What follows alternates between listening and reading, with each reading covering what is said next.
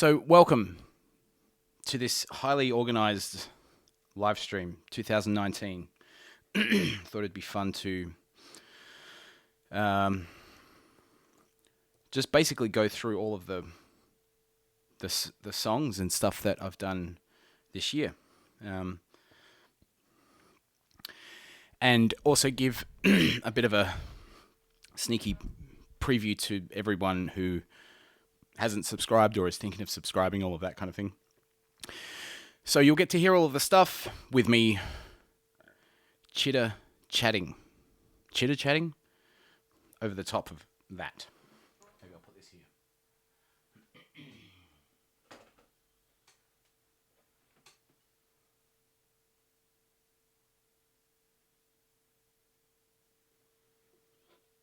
Okay, looks good.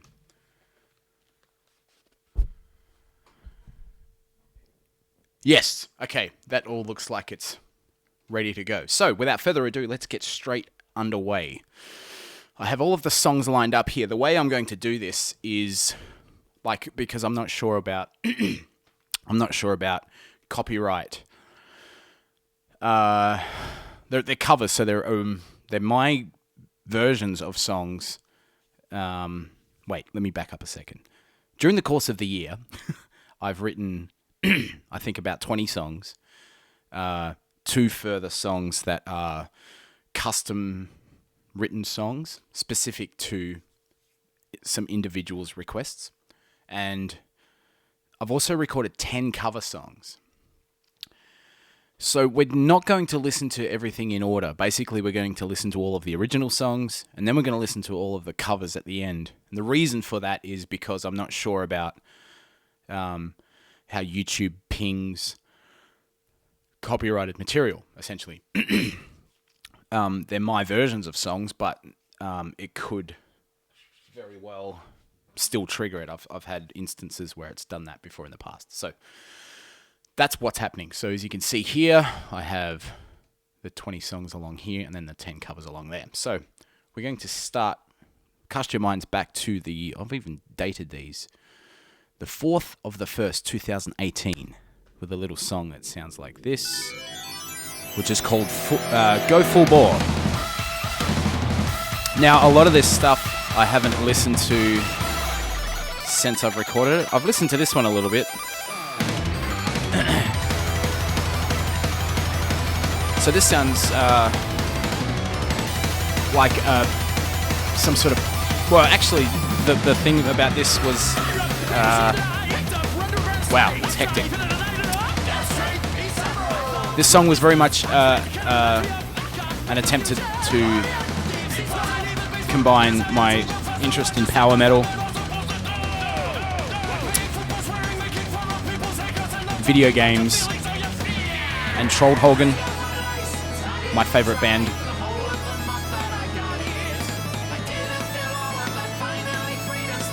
So I used... What did I use on this one? Wow, it's hard to talk over myself singing. That's really... I didn't factor that in. Maybe I'll just talk in the instrumental parts.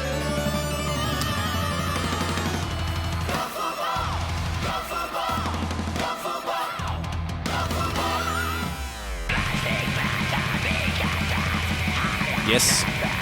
Very good.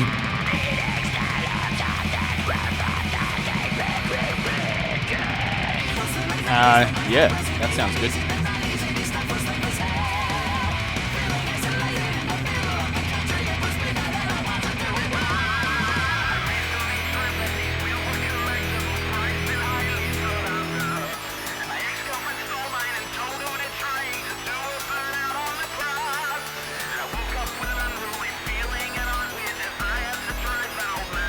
So those little twiggly things you can hear in the back is actually an emulator of a Sega Mega Drive sound chip.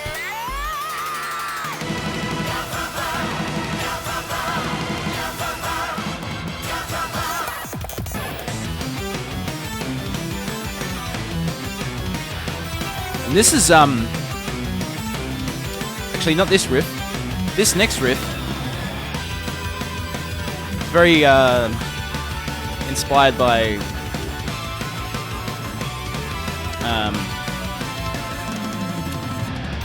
the Summer in Time album. I love that album.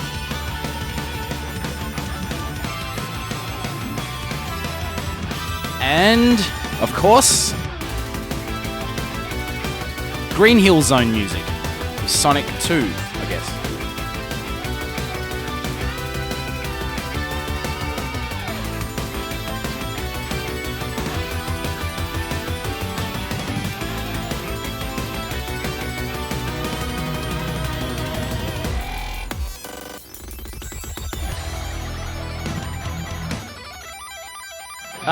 Salty would be here, Langston, but basically there's a reason for it. It's not his fault.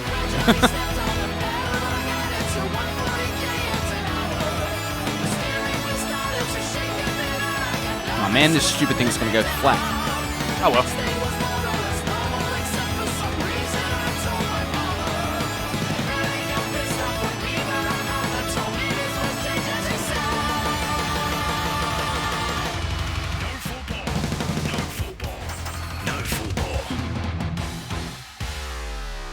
Okay, that was cool. I'm very much digging that. Hearing that again was cool. I've listened to it a couple of times since I've done it, and I thought it came out pretty well. We've got to be quiet because this starts really softly, and I'm setting up a very delicate story here. I kind of feel like this out of all of the songs is still probably my favorite lyrically. I remember standing right over there, as a matter of fact, when the story just came all at once.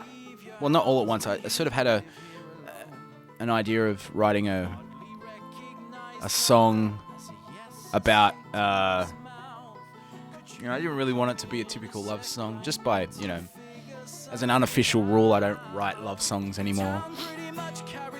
But this is about as close as I've come so far this year. Not really a love song, more of like a murder ballad, actually.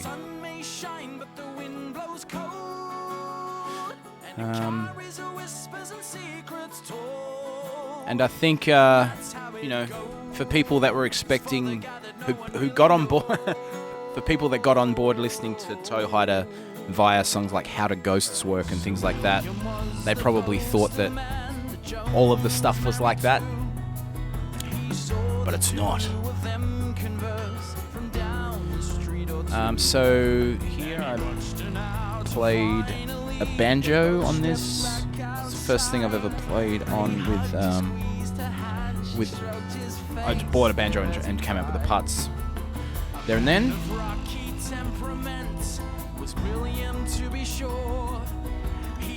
The stern dad voice in Go Full Board, totally. Yes.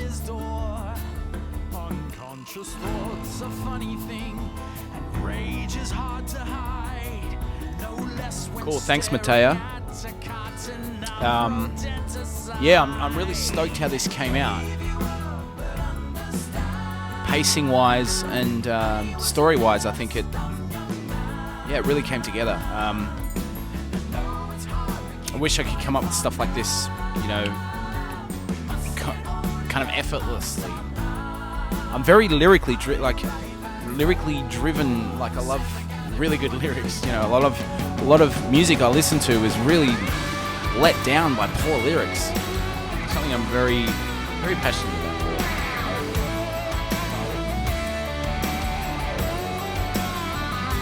Oh wow, great! So Stephen Wilson beats everyone, of course. Actually, I think Johnny Cash or Nick Cave or Townes Van Zandt or someone would have come up with something with a similar theme. Indeed, Stephen Wilson is quite good at the things that he does.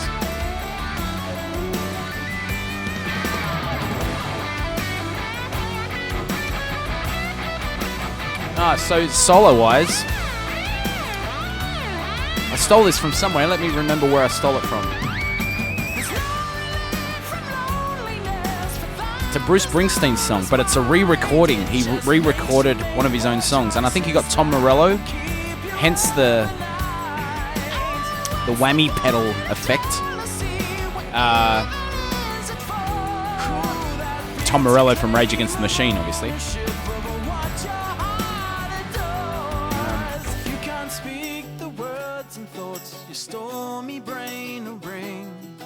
You can write them down and send them off. It's mostly the same thing. Oh, and also maybe a month or so ago, I did a live sing-through of this on the Patreon as well. So if you're on Patreon, scroll through some of the posts and check all that out. Scattered all over the road, and then that kind of thing. Hang on, I'm going to skip back here really quick. This is an old trope. Harry Chapin used to do it a lot. Scattered all over the road, and then the tambourine scatters. I like dumb old things like that.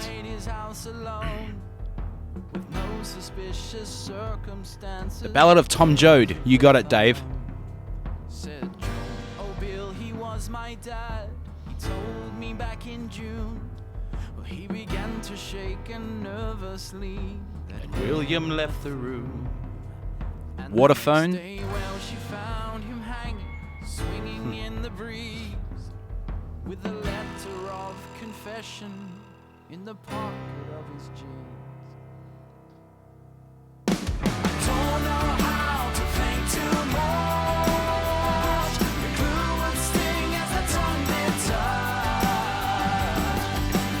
But yeah, yes. I don't know, I never know how much to reveal in this, but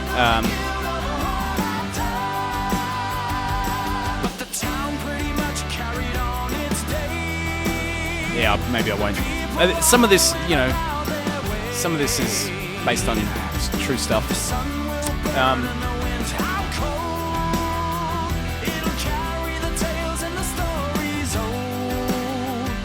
Carry them too. I really want to shoot a music video for this. Salty and I were talking about going out to some deserted town and just film me just walking around, trying to look all like country and stuff. Maybe. Problem with shooting music videos is that you've got to either intentionally make them look a bit crap, like we did with This Conversation Is Over, because it's just cheaper, or you have to spend an obscene amount of money, or you've got a friend who works in that field who will do it on the cheap. So the first option is the only option for me at this point. Cool. Very good. Okay, so this song is called Moon and Moron. This is about theory, what do you call them? Conspiracy theory nutcases. And this is my, Gustav Holst? Gustav Holst's The Planets Suite. This is a bit of a rip-off of that, I guess.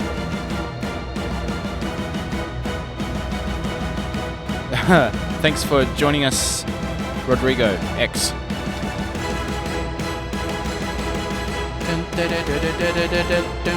Actually, I'm just going to run out while you enjoy this instrumental stuff and find my charger for my laptop.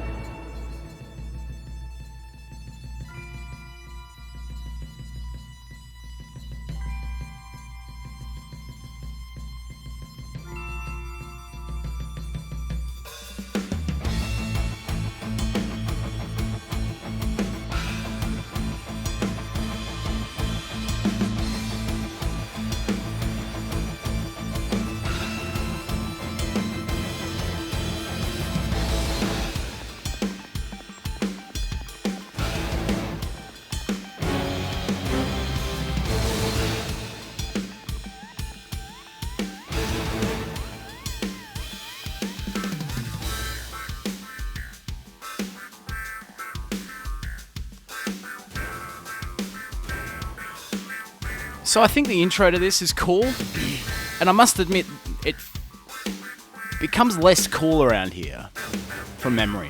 I haven't listened to this for a while. I tried to go for like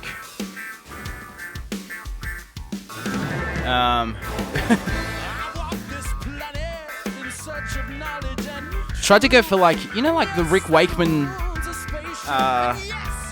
well, maybe not Rick, you know, the Rick Wakeman 70s solo albums, and also like Alan Parsons, and there's this particular kind of flavor of like progressive rock, I guess, where they just tried to be, I don't know, but they tried to be funky or something, and it was like this real white funkiness, I suppose. So by design, I was trying to go for that sound. I like the drum sound on this actually, it's good. But that chorus melody is a bit strange. I wanted to do, actually, I stole that from, I didn't steal it from, but I just wanted to do something that was similar to something I heard on Stevie Wonder album, Secret Life of Plants. Anyway. Now this is my homage to Crazy World of Arthur. Crazy World. What's his name? His name's not The Crazy World of Arthur Brown. His name is Arthur Brown. He sang a song on Tales of Mystery and Imagination by Alan Parsons.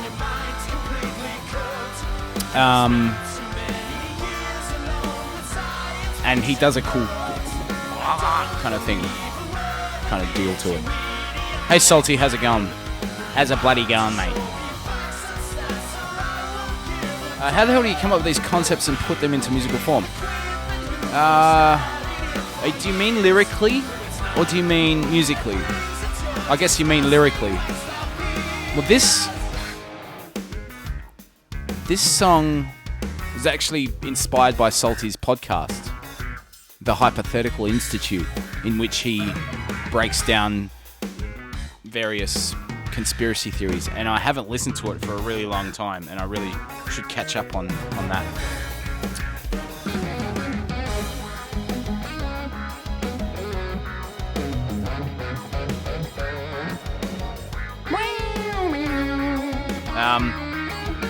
But generally I think lyrically I'm always looking for story-driven things. You know, that's what I'm drawn to the most, I think. Like, singing about my emotions is helpful sometimes. Singing about things that are happening in my life is helpful. But mainly stories. That's what I like the most. Coming up with cooked little tales.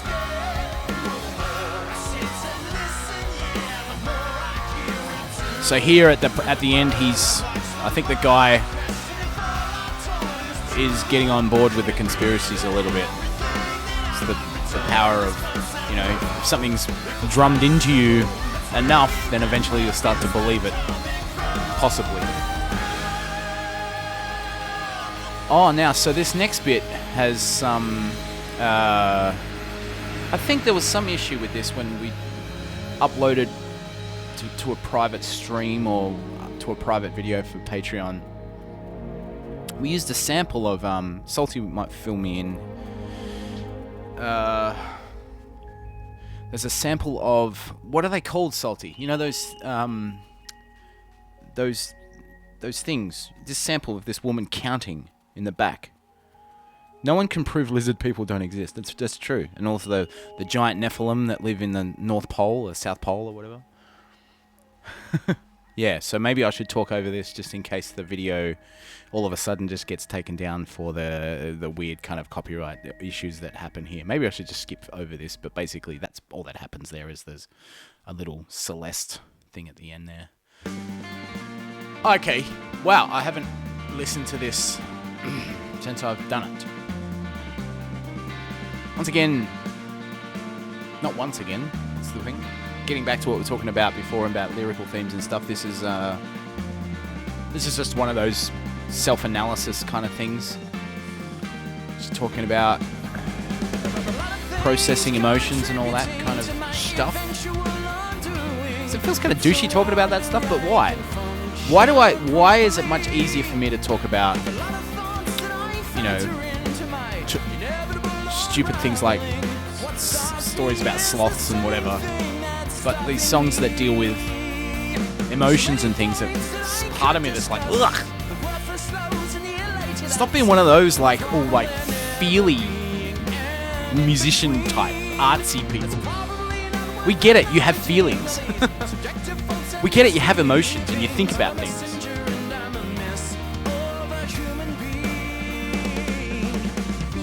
Oh yeah, that's right. Yes. Random frequencies on the radio frequency are people reading numbers out. Yeah, but isn't there a name for... Yeah. But yeah, somebody gathered a bunch of these recordings and put them out on an album. So I guess if I'm going to release that song on an album, I might have to take that sample out. I'm not sure.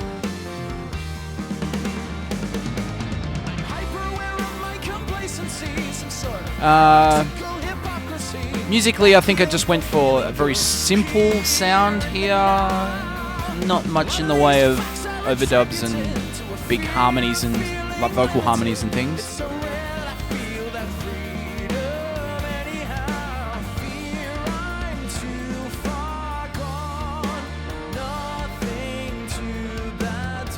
Bit of an out of tune note there.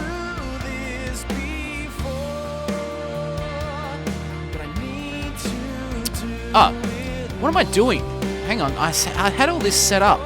Where are we at? Okay, so let's go back. I've just been staring at Reaper like a moron. Here is the artwork for Go Full Bore. Here is the artwork for the guy that no one really knows. Here is the Moon and Moron. And this is where we're up to now. My eventual undoing.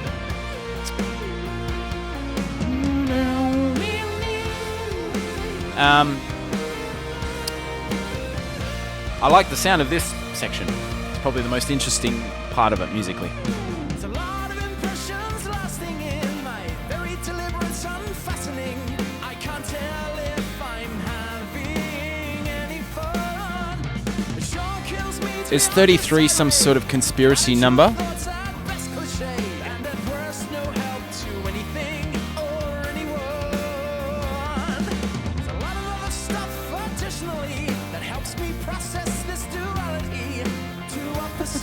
Right. Good.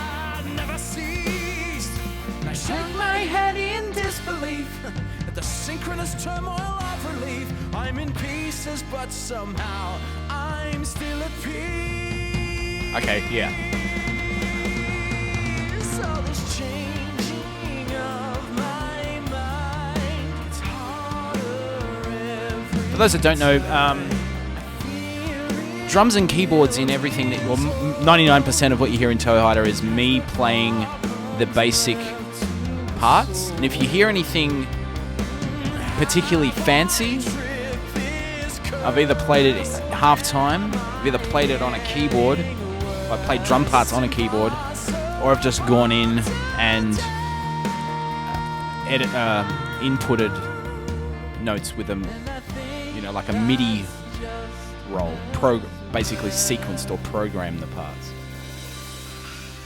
I don't know why I brought that up, I can't remember. Okay, that's cool. And here we are into the end of February last year. This is a song... In a moment.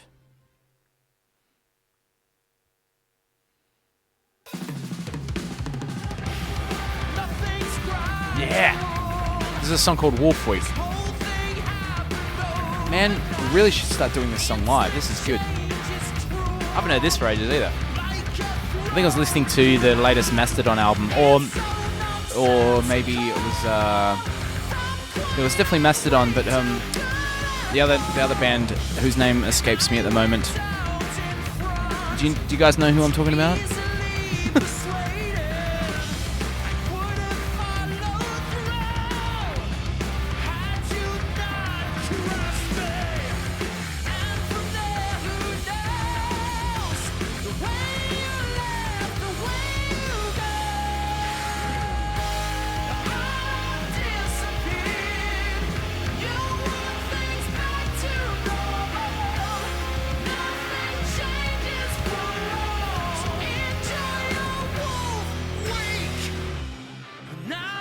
Red Fang, no.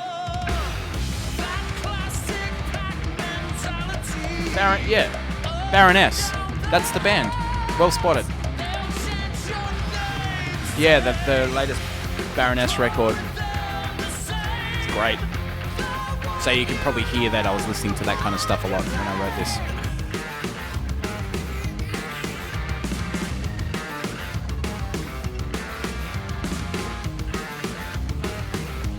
Now, this song was built inspired by a little movie which you may have heard of called Teen Wolf, starring Michael J. Fox, who later went on to star in Back to the Future. And for some reason in this film, there's this guy who looks like Michael J. Fox. He's like this B character who for some reason is in the film, but he doesn't really serve any of the other characters, and it's a bit of a mystery as to why he's in it. So this song was written from his perspective, watching his friend become popular,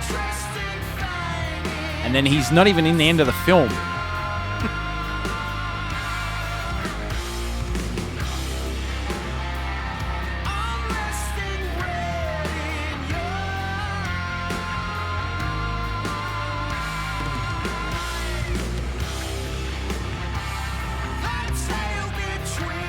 Yeah, I tend to agree with the sound of that Baroness album. I think it sounds like they were going for something, you know, by design, a little bit more lo-fi.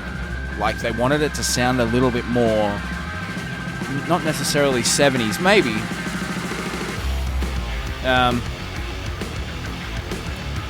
But yeah, it didn't really, I'm not sure if they really quite got there. But, you know, that's all a matter of taste, of course. Because I think the Mastodon album, the Emperor of Sand album, sounds like analog and old, but it still sounds huge, I guess. Yeah.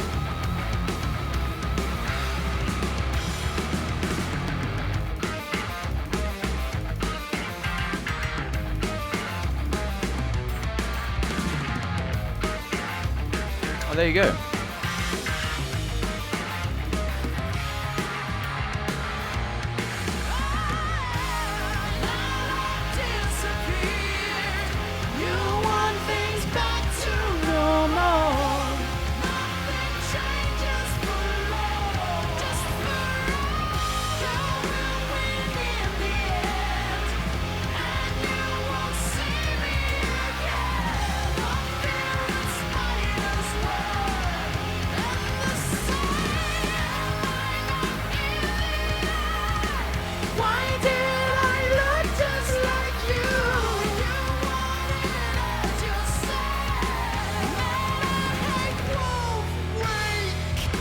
Great.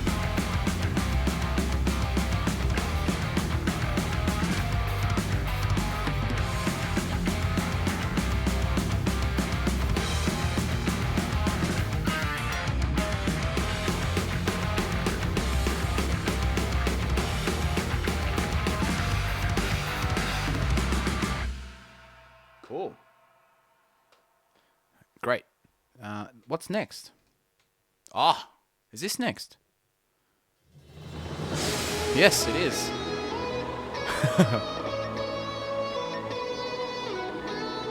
Now, I've probably sound like feel like I'm being a bit of a douchebag here, but I've either stolen this off someone, or I've managed to capture this Disney-like fantasy mood with this melody. This is great. Is it arrogant for someone to say that their own work is great? I mean, I kind of grew up with the mentality that you shouldn't be, I don't know, like, shouldn't think you're too good or something. Shouldn't feel like you're too proud. But anyway. So, and now we're out of Disneyland, and yeah, you can hear the Halloween, late 80s, early power metal thing. And then classic lyric. I am a wizard. I wasn't born when I have learned my craft with time. Again, I wanted to write. So again, I like a lot of modern power metal, but it's all just really let down by the lyrics. So for this song, I wanted to come up with like an actual substantial story that you could read. And that's the other thing lyrically. I always want to be able to read the lyrics, and you know, away from the music, you can read the lyrics, and it's fun to read. And I think I captured that with this.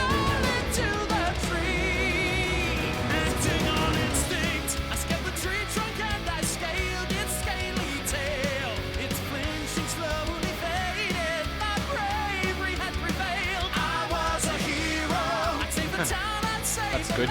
Forgot about that.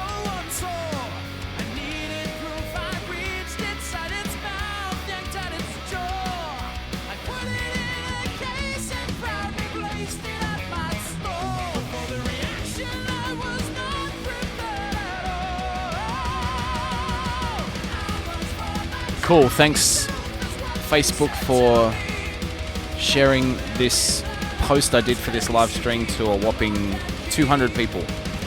Very good.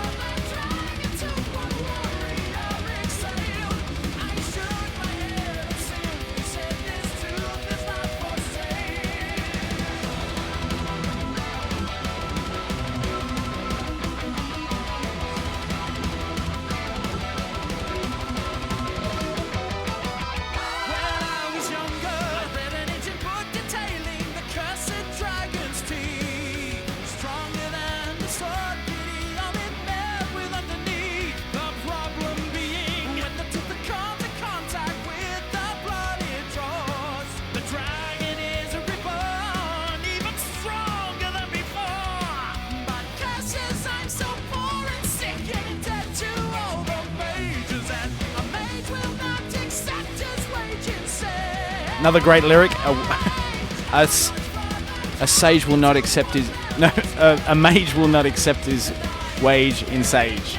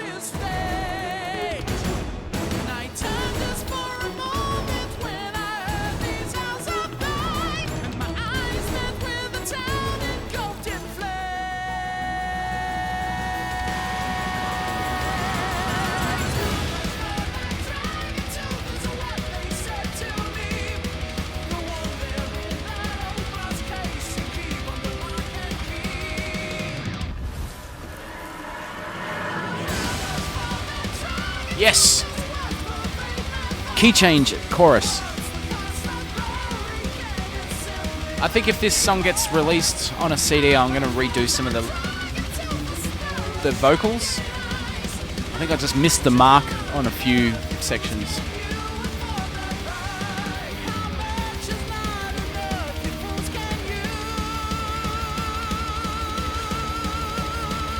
And just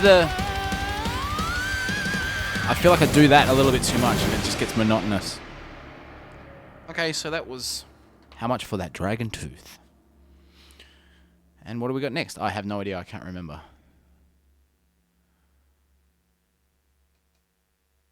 Oh, okay, yeah.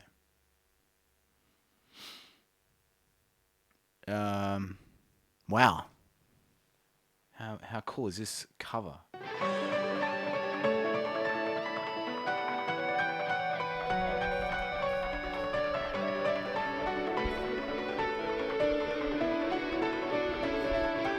Hey, this is cool. So, very much an anime sounding beginning. And again, I kind of stole that ripping sound off. Oh, there's a song called Why by Halloween.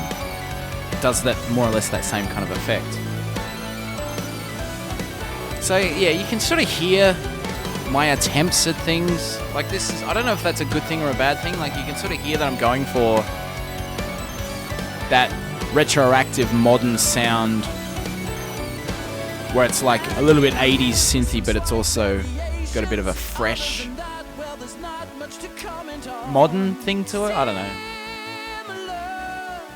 Maybe it doesn't.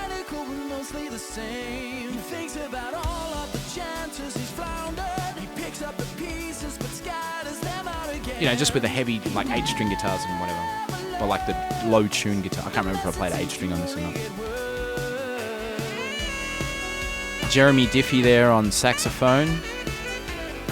He's a good friend of mine. Actually, we've just started working on a little project together. So, I'll give you some more details about that soon. Isn't that from something? I'll probably do that in another song.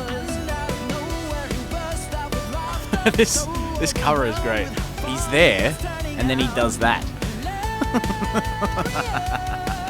It's like that. His disappearing face is great. Now on the left-hand side, you can see this little white figure that pops up quite often in Toehider material. The reference there is, there was a French cartoon called Robo Story, which I think is how Salty and I first more or less kind of met and started talking, because he was the only other person that I had met that knew that show.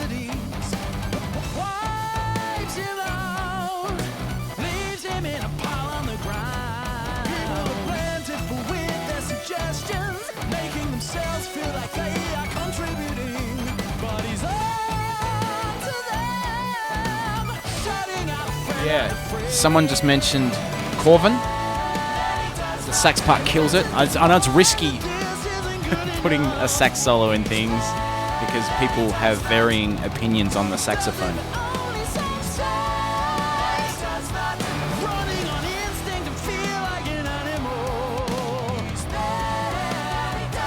Cool. Look forward to hearing that British accent.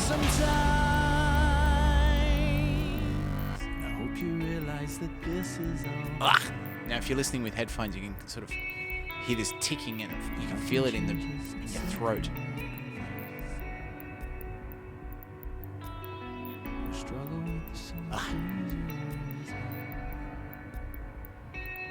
Yes, Mr. LJ95. What we are listening to right now is the first 20 specimens of what will eventually be around 49 songs, of which people who subscribe to patreon.com/Toehider will have an opportunity to choose which songs they prefer. And those songs will end up on the next Toehider release. Maybe I should do those like ASMR videos or AMSR videos. Which way around is it?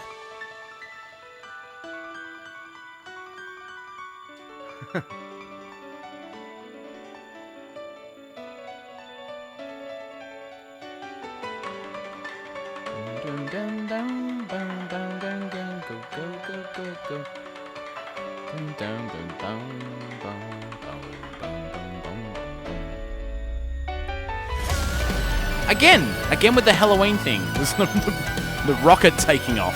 They got a song called Push.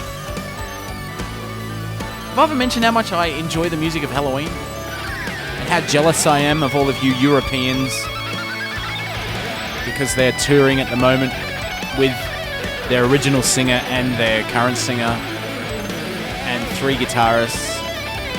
It'd just be wild.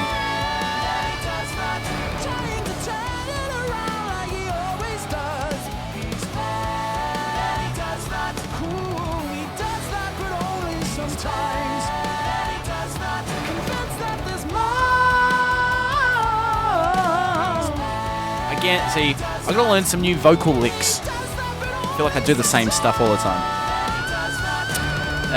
Running on instinct, feel like an animal. Does that, but only sometimes.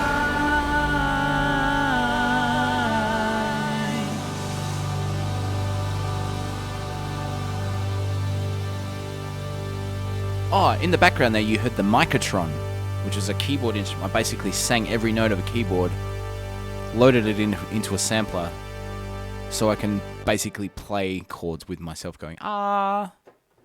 So that's pretty fun. I might do a video on that later. What's next? Aha. Imaginary bird. I wish I knew where that necklace went. It's basically just a necklace of a nut. What do you call it? Yeah, nut. Here comes imaginary bird. So, Come rest your wings. from memory, I know you don't speak human words. there's a bunch of things. This, first of all, this is a photo that Salty took of me many years ago.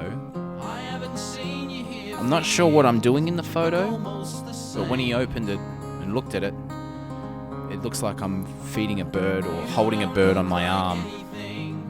I must be touching that barbed wire there. Tell me what it's like. Hey Augusto, how's it going? Hi Silent Lucidity.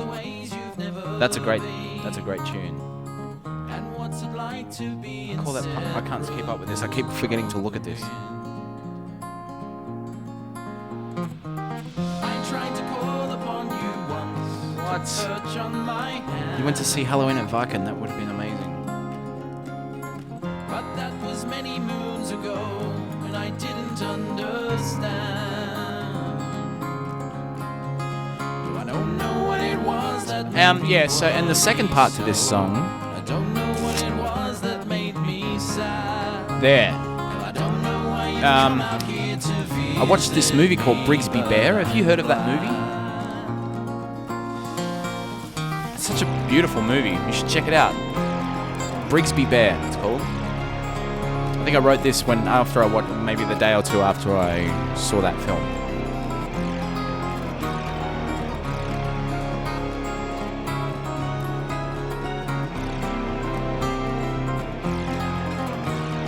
Wow, those scorchy synths sound great.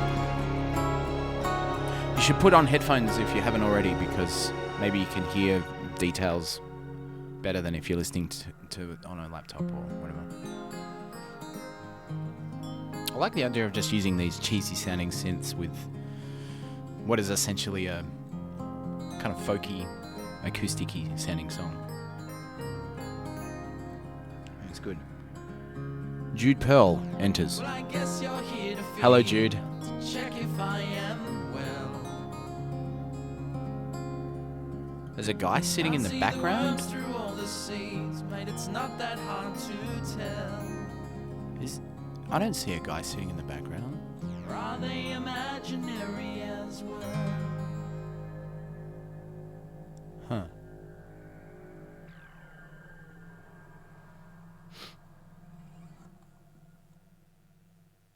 Good. That sounds good. Now you just stick this Okay, in your right. pocket. Oh, once again, this might get flagged for copyright. I'm not sure. Let's find out. Give me a kick, and you can So record it. this, That way you can't once see again, me is. around it. You know I do this myself. It's funny talking over this. I'm still going to do it though. This is a scene from the movie I was talking about before, and that movie's called Teen Wolf. I was just talking about Brigsby Bear, which is a good movie, but before you watch Brigsby Bear, I think you have to watch the movie called Teen Wolf. I think this is going to set off that thing, isn't it? I don't know how it works. I guess we can just find out. Maybe I'll just get cancelled. Maybe this show will get cancelled after only one season. No, not that. Yeah. No, I think I'll leave it. No. Thanks a lot. Bye. Oh, it's a metaphor. More of that. My sister really liked that. I listened to this so many times so I could learn all of these parts. Hey, Debbie. Yes. And the problem I have with this is that it's good at the start, but it sort of loses traction here. It gets a bit boring here, I think. There's a guy on YouTube that does just drum. Well, actually, it goes further back. There's a Steve Vai song called the Jazz Discharge Party Hats, which he... that's not a Steve Vai song, it's a Frank Zappa song. Nah, it's hard to talk. No ID, no goddamn beer. Can't you get that through your thick skull? So there's a Frank Zappa song called the Jazz Discharge Party Hats, where Frank Zappa is talking live, and Steve Vai took a recording of him talking and notated it. So that's my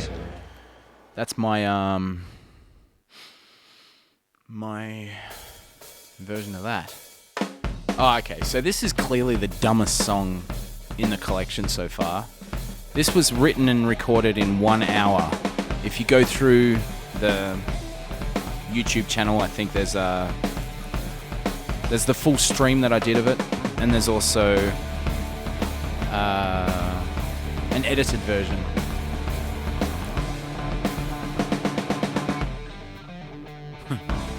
It's alright, I guess. Nah, it gets pretty dumb though, I think. Lyrically, I think it's pure genius.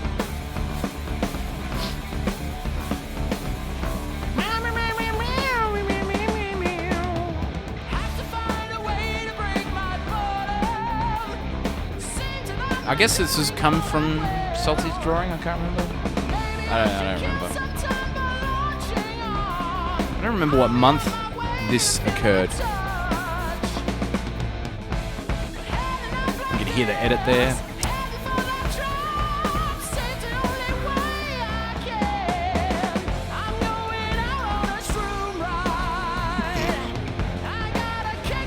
So this was a trend amongst YouTubers for a while, so I thought I'd give it a shot. And it's funny how I'd watch other people try it and listen to the abominations of songs that they would come up with, and I was like, I'd be able to come up with something so much better than that. And then I tried it and I'm like, oh yeah, that's actually really hard. Try to record a full song in 1 hour.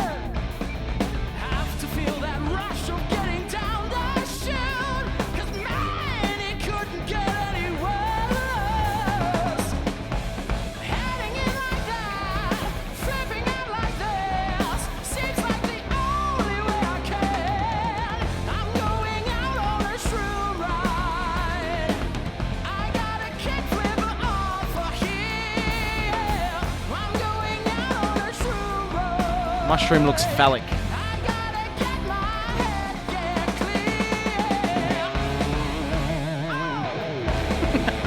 Well, Jude, it's funny you should bring that up.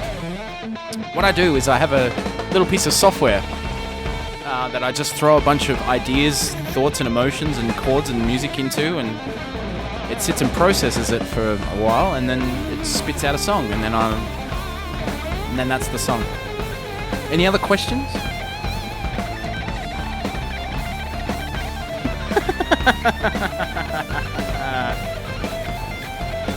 That's hilarious. Yeah, you're right. Yeah, for 1 hour, it took a day to polish it and whatnot. Oh yeah, I guess. Yeah, I wonder if. I mean, I'd like to do the 24-hour song challenge just to see what I can come up with in one full day.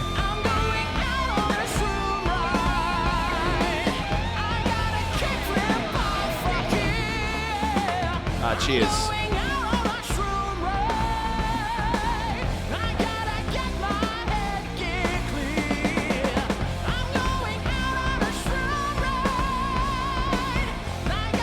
How do you write songs, Jude Pearl?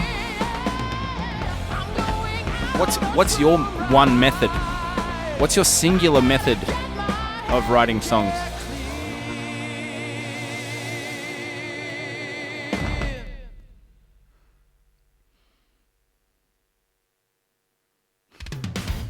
...24-hour song. Now that'd be funny.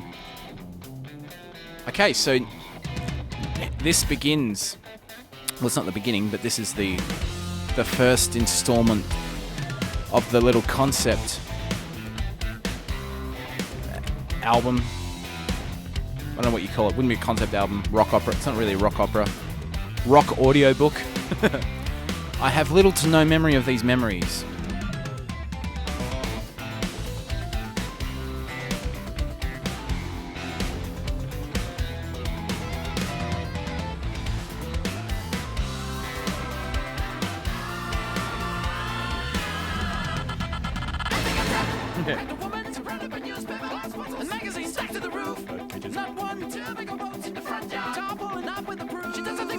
Very obvious Queen influence.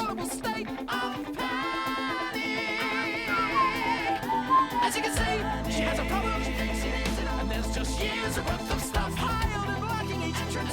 At the house, she's well and truly. She tries to find a phone, but all she finds is radio.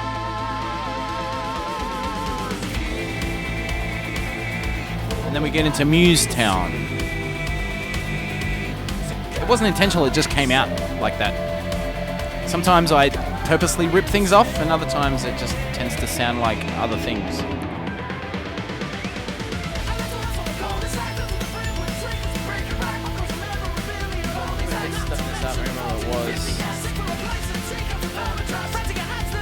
Where's the Withering Heights cover? It withered away. Love that use bric-a-brac. Yes. Oh, thanks, Julian. Yeah, the bass line. Forgot about that. When there's a bass line in this outro section as well that took a while to piece together.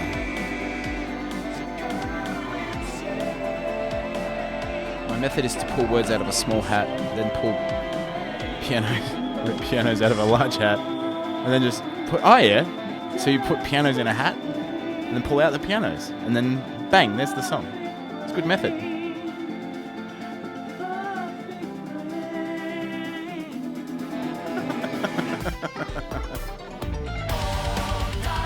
Pamphlets. Yes! It's also in Ficus, is it? Is a pamphlet in Ficus as well? Oh, you see a pamphlet. Oh yeah. Pamphlet is among one of my favourite words.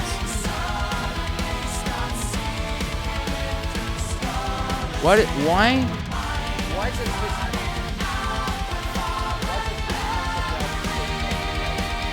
part fives? Oh, that was just an error. We'll work all that out later, Eric. I mistakenly labelled one of the songs part 5 when indeed there was already a part 5. Speaking of which, I think this is the actual part 5.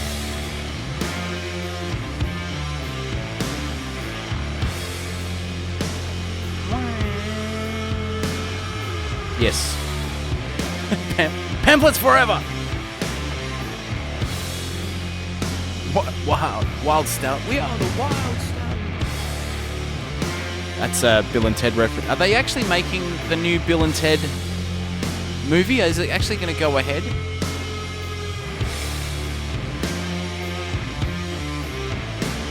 Mr. Mills, how did you discover you have such a powerful voice?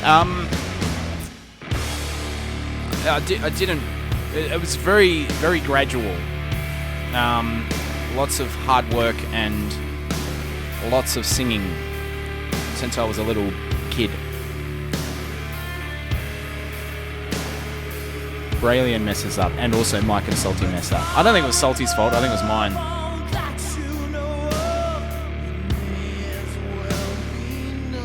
Oh yeah, Warhammer. Is that like that's a game of some description? I can't keep up with this. Yeah, last I heard it's movie.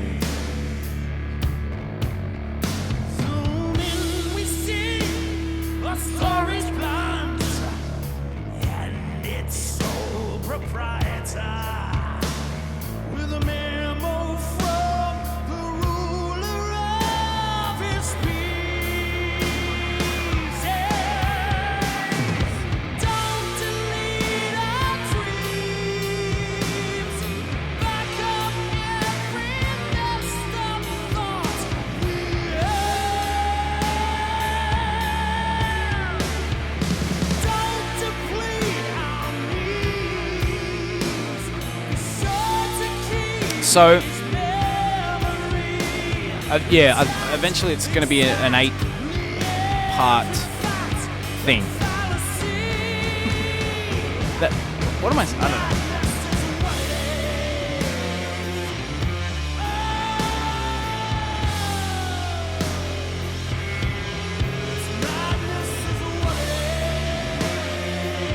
This song could possibly be called It's Madness Is What It Is later on. Who knows?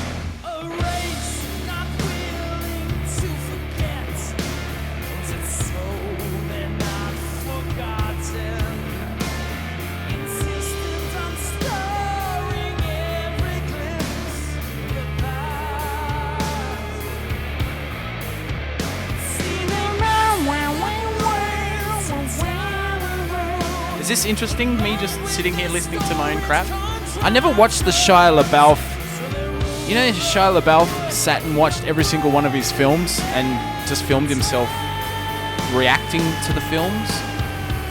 I never saw it. What did he do on it? I'd imagine he just sat there and watched it. Stopped talking. Or maybe he talked over the entire film. I don't know. Films. How many films has he made? Who is Shia LaBeouf? How do you say his name?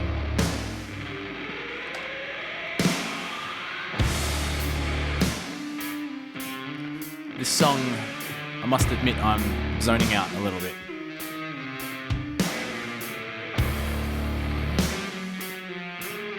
I love how that's what I'm soloing over. Just one chord. Bam! Oh no, I'm doing something different.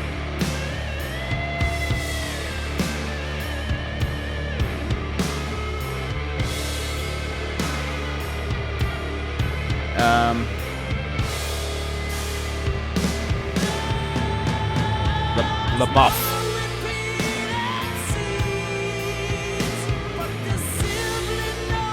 LaBeouf. Okay, got it.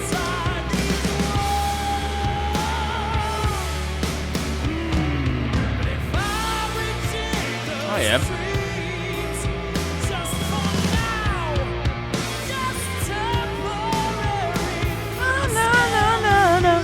Once again, I feel like I've used that a lot in other songs.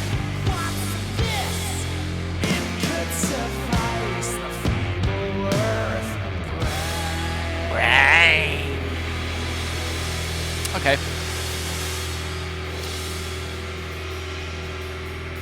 I think that's probably the slowest song I've written. Oh, maybe Under the Future We Bury the Past, but that's... yeah.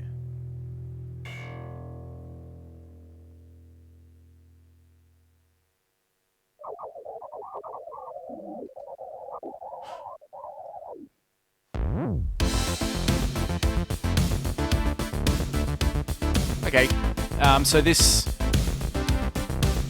I think the idea here was no guitars on this song.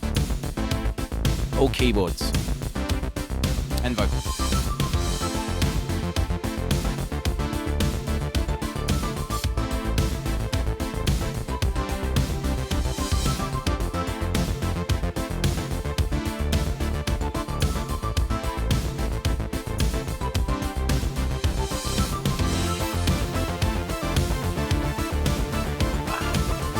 So yeah, the chorus melody was based on a keyboard part that I came up with here.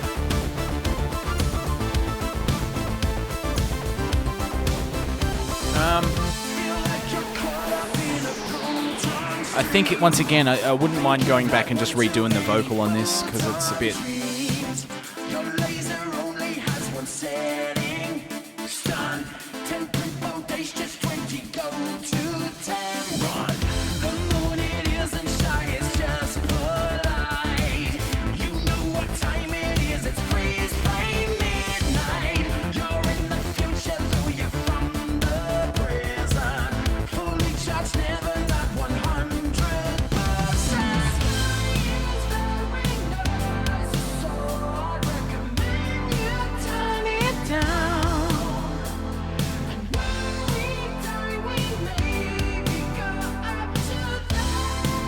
Yes, I think vocally it's a bit shaky, right?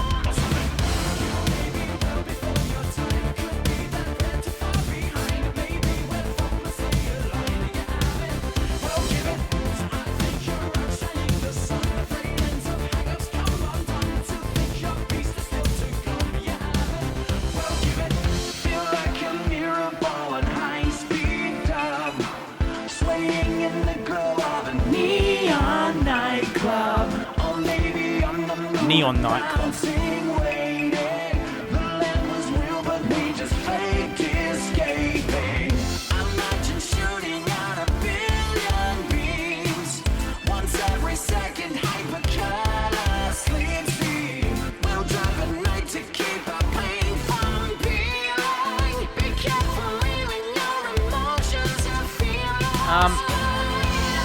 Alright, hang on.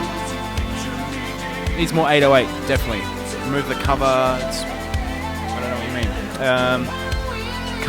Kung Fury, that's a movie, right?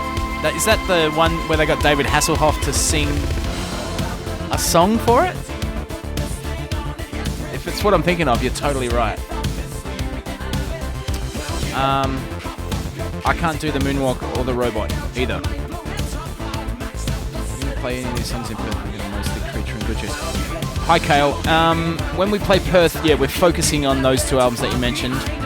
And funny that you should bring that song up, You're Not the Girl You Said You Were. Salty and I were talking about this before. The very first Toehider show we did, we opened with You're Not the Girl You Said You Were. And people just thought we were just some lame emo band. So we've never played it since, I don't think. So sorry, but we probably won't be playing that song. Oh, thanks, Jude. I think just in general, it might be good to... It's just a bit pitchy, you know?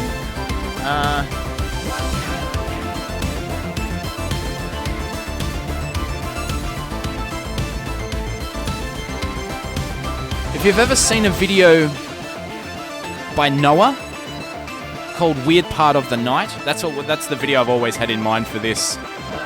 Just that, again, it's that lo-fi VHS look, which is pretty cheap to make.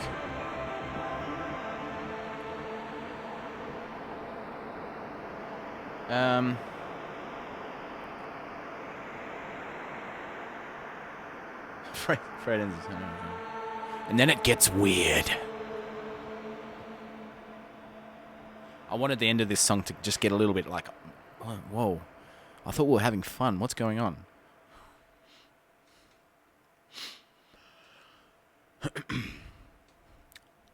And I don't want to click to the next artwork until we hear what the song is. I don't remember the order of any of these songs. Let's go to the next song, and here it comes. Ah, yes. Hannah's Will. That artwork's full on. So, what's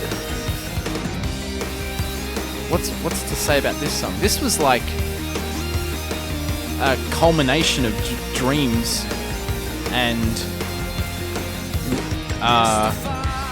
wanting to come up with some kind of 90s alternative sounding song. It's a cool melody. I like the melody in this.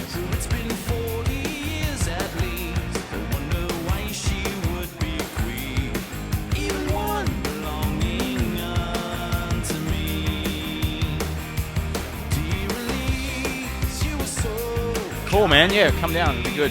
This is the first time we're going to be playing. It's the first time we've played Perth. I used to live in Perth. I grew up in Western Australia on a farm, and I lived in Perth for a few years before I headed over to Melbourne.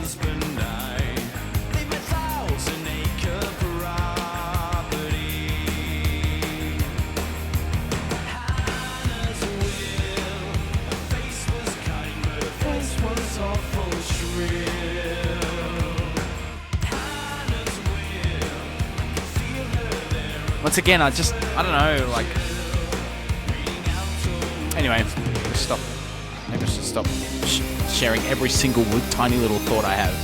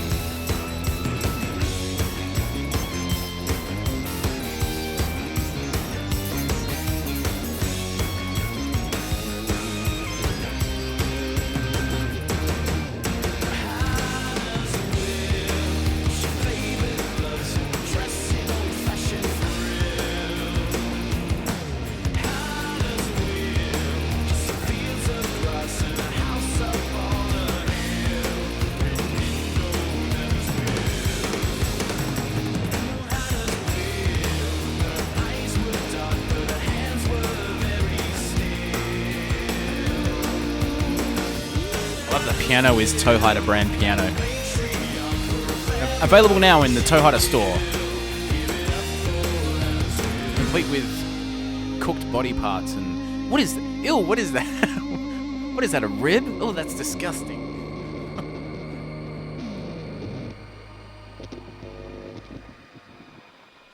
Okay, so it seems like a common thing that I'm ending songs like all the same, so maybe I'll have to address that. And...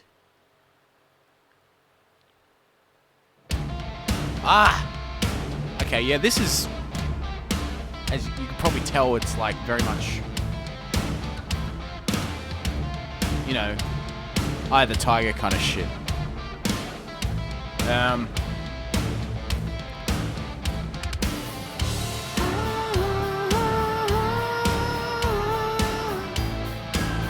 Cover is very cool.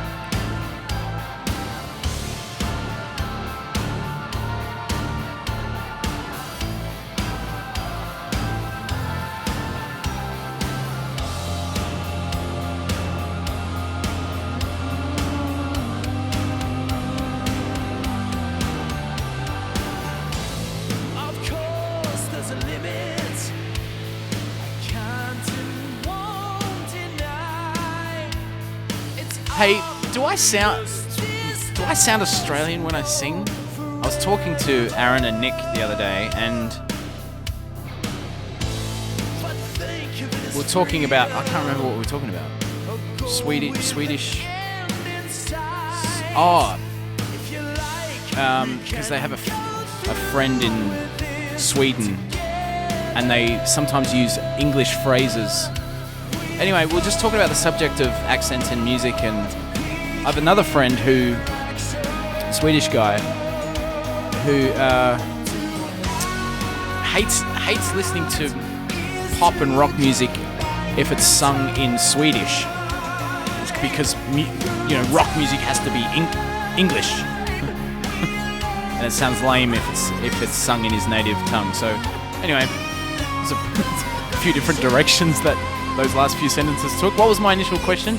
Do I sound Australian when I sing? Yeah. Do I have an accent? I remember seeing a comment on a YouTube video once saying, oh yeah, this band sounds good, but the singer really needs to get rid of his Australian accent if he wants to make it in the US or something stupid like that.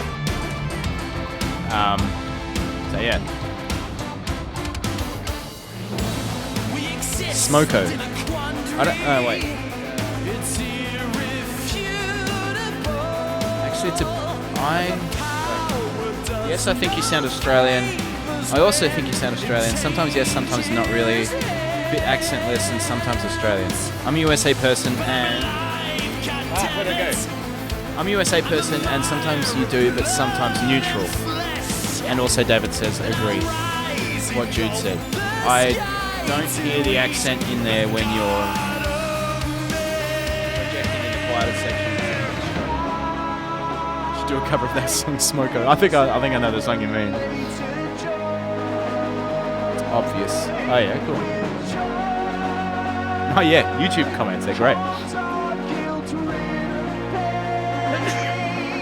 Swedish has a lot of shitty rock. Your accent definitely shines through in certain songs. Okay, cool.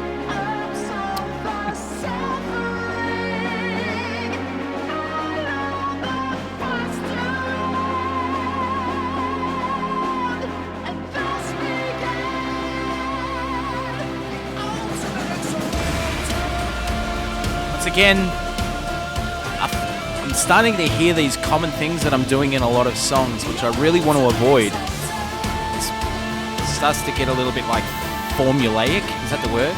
Formulatic? Formularific.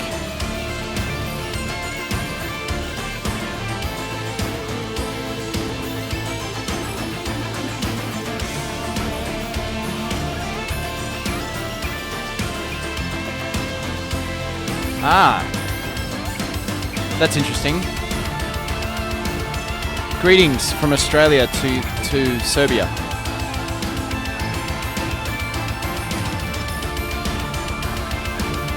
Oh, that's Dragica. Dragica. It's like Dragon Dragica. definitely go and check out her video. She does some great stuff. I'm friends with her on Facebook. Your accent feels natural and authentic when you sing. Also, I should definitely, you probably hear me go on about Jude Pearl all the time as well, but if you haven't checked out her stuff, then go over there and check it out. I'm not sure what she's,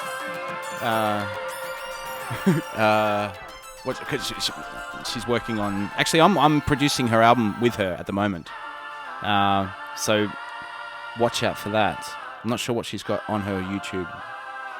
Have you got, oh yeah, you've got like I'm a Good Person and stuff on there. That's right. Concerning licks and fares, but that's a good one. On Amazon, Hope you have the strength to listen to. no, I don't know much about Amazon. So I'm not sure. Sorry about that. Now, concerning licks and fares. This is a continuation of some previous Toehider songs that you can go and check out. I love the cover of this, man. It's wild. This is probably my favorite thing that Salty's done so far. It's 2018 material coming to Spotify. Yeah, probably. Not until I've finished. Not until we've picked out music, I guess.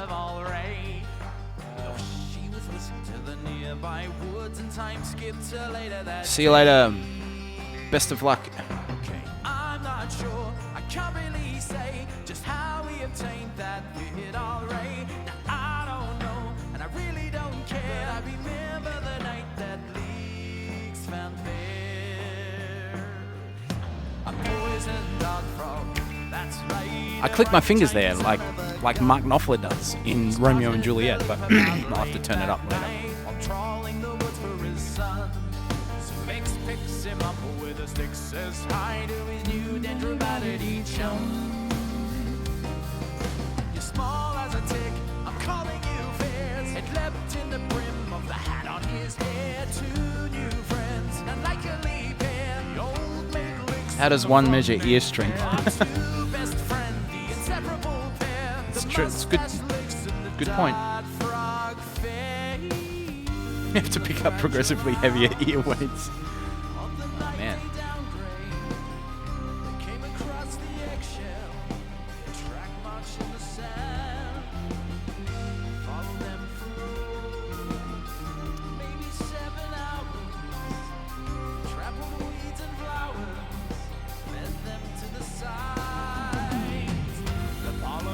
Thank you, DHD.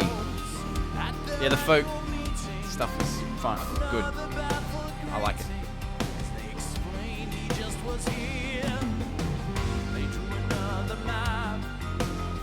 So we headed westward with the owl's directions and the creature's tracks they didn't correspond. Oh, Alex was a mess, a panic attack, but Fair's calmly croaked in the brim of his hat. A mash of the keys and a shot of all right didn't help as the same spot there they stayed. Didn't know how fast he could run with a poncho hat and a fickle ray gun. But I couldn't time, I wouldn't dare. How quick was the air from leaves and fair?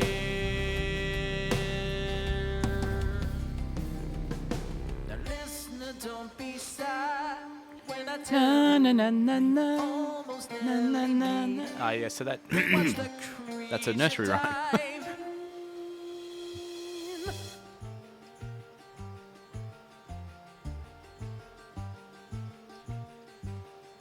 one of my favorite instruments is the Irish bouzouki. So any excuse I have to play that. There's also a song I just saw someone mention. Oh yeah, it reminds me of Meet the Sloth for some reason. Definitely. So that's probably because of the bouzouki.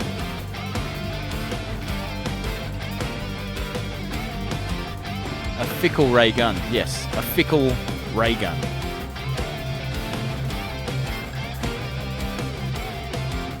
A lullaby? No, I haven't. That'd be pretty fun.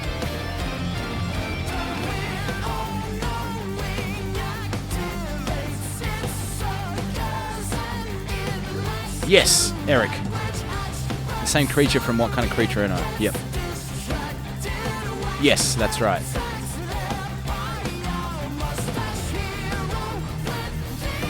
I think if you're on Patreon, I've started to break down more or less what the hell this whole story is about.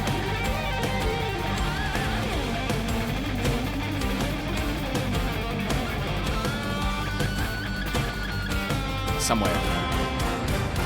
Oh, that was cool. Forgot about that.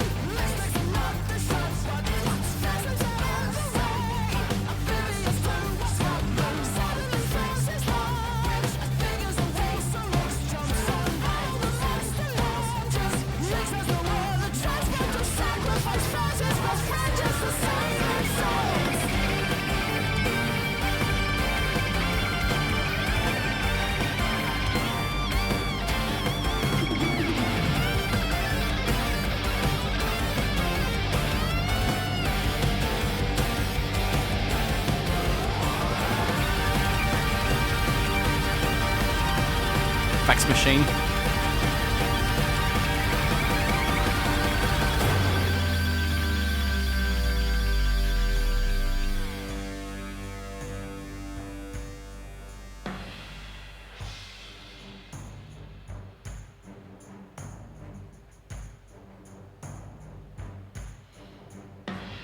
The squiddy beast poison, all shriveled it be. The rock creature sunk down into the sea. And Lick swam to shore with tears in his eyes. And Fed shrunk back down to his usual size. And Malcolm would pass, and who should he find? Well, maybe we'll leave that till next time. Cool.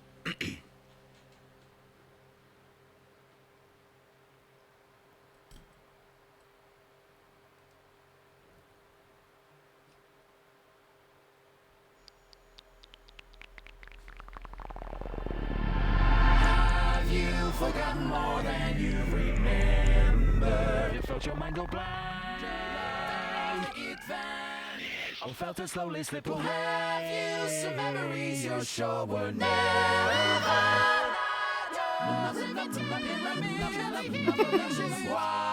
Num num num num num num num num num. Three people had that. Take a moment at the end. The saga starts one Sunday, maybe Saturday. Who can say? Those minor points are inconsequential anyway. All three were suddenly subjected to, well, not deja vu, but rather strange scenarios without getting to.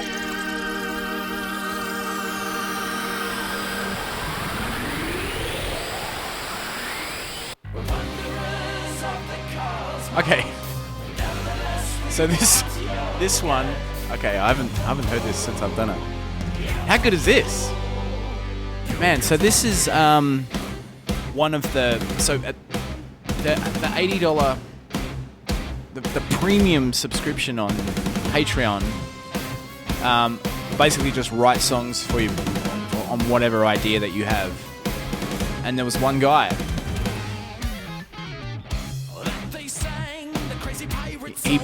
He had this. He found this story called "The Elemunt," which was about an elephant that fell from the moon, and he was like, "Write a song about that." And these pirates are yogurt pirates. They in the story they search the universe for yogurt, and they think the elephant has yogurt. They're like, give me the yogurt. Give me the yogurt.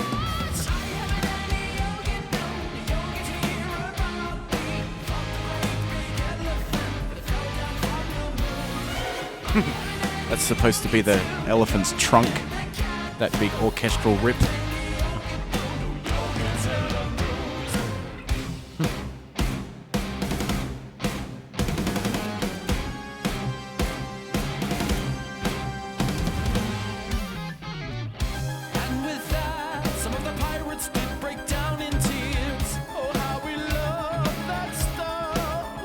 Sorry. What? It was then on the control desk a transmission came. A spaceship comes in. Did you ever make a tutorial? And Ella moved Yeah, I think there's X-ray the space. there might be some videos on YouTube on my YouTube channel where I was doing some of those vocal harmonies for the last Arion album, I think.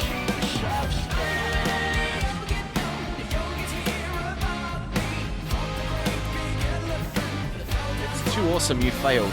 Wait, what?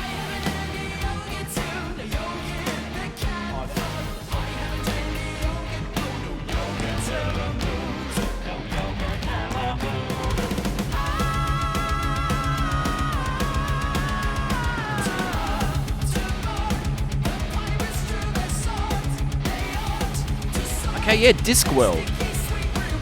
See, I really want to read those Discworld novels. I think I played the game. Now, am I correct in saying that there was an old 90s Discworld game and Eric Idle did the voice for it? Or am I thinking of another thing?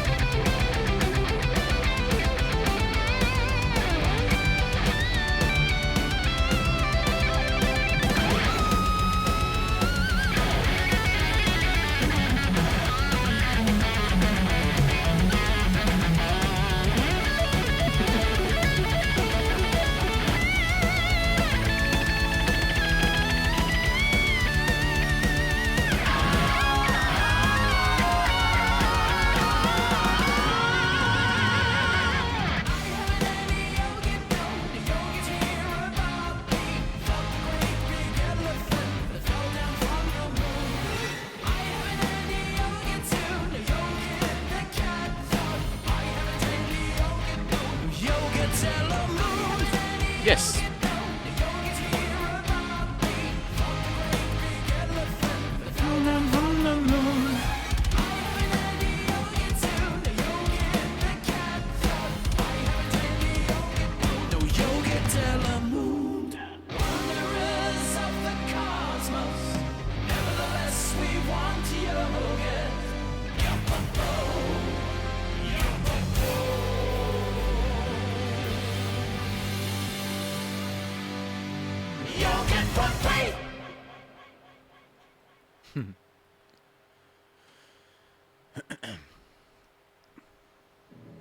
Oh wow, I barely remember this. Hang on.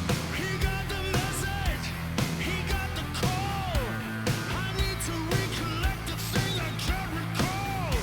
So brilliant, like yeah, okay. So I think the idea between all of these songs that are part of a larger story, because basically there's parts of the story that happen on Earth and there's parts of the story that happen on this planet, and the idea is that the songs on the planet have this kind of more harsher, kind of stonery kind of sound to them, and the covers will be painted, but the stuff that happens on Earth will be more, I guess, that kind of Queen Muse sound that we heard earlier. Yeah. So this is part 8.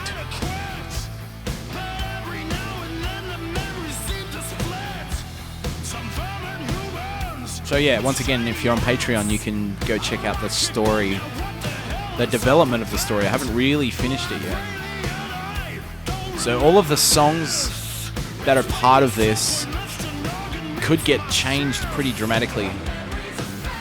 I'm already hearing a lot of things that I want to change in this, for example.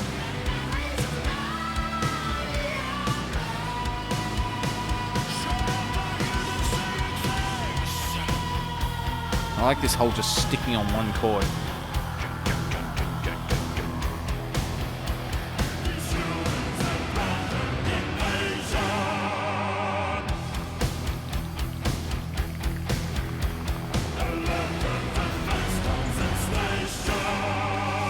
I'll deal with you later.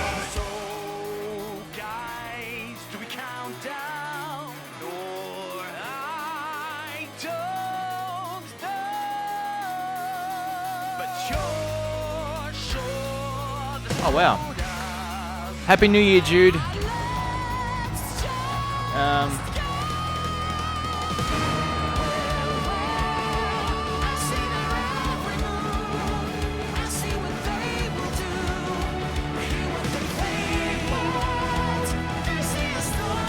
Yeah, totally, Dave. This is. I never thought of that. There's, you know that the Elder album by Kiss. It's the only Kiss album I like. Music from the Elder. It's like this awesome concept album they released, and Kiss fans hate it, but I love it. And there's a song on there that Gene Simmons sings. What's it called? It's hard to remember when this music's playing. Maybe you know the song I'm talking about.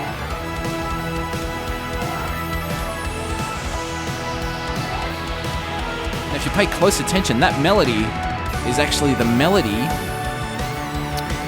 from Salty's podcast theme song, which I also wrote, and I'm stealing it back from myself for this.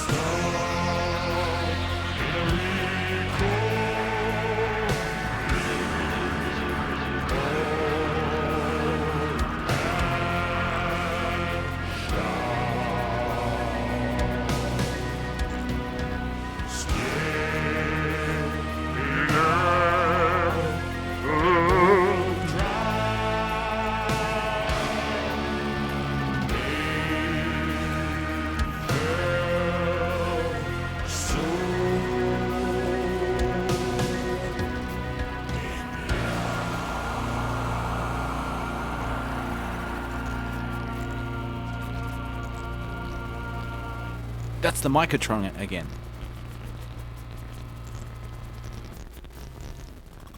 Okay, I think this is the last song. Oh no. No, I thought there was... Oh, there might be another one.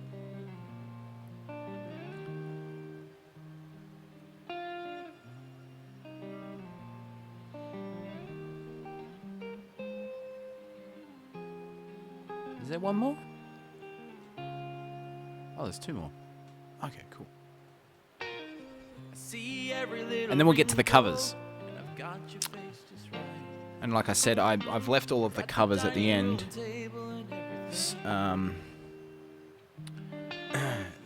Just because I'm not sure whether they'll get pinged, like for copyright. Not sure. Still remember when you told us and how for long it was going on. 7 years we must have broke. So okay, so at this point, I'm getting pretty sick of my own voice. My brother laughed in shock, but me, I didn't say a word. You looked. How long has this been going on for? Like how many songs? Like I know we're 20 songs in, but how many hours have passed? Men cry like that. Look, I don't know my race or how much it's to do with me, but I swear I see the hurt still in his eyes. And I don't know if I'm allowed to be upset or what, but I feel like there's always something. Oh, that's a good snare drum. Like a tree branch scratching on my roof. There's so much I guess I don't know. I pieced it all together. Misheard conversations and half true. Yes, the lettering is real good. Yeah, Rocket Boat is next. Am I just tired of feeling bad? Don't worry, Bar. We've still got a bunch of covers to get through. 1.5 hours. Okay, cool. It's also done traditionally. Feels like we just got started. Okay, so Braylon Messes Up is my favorite.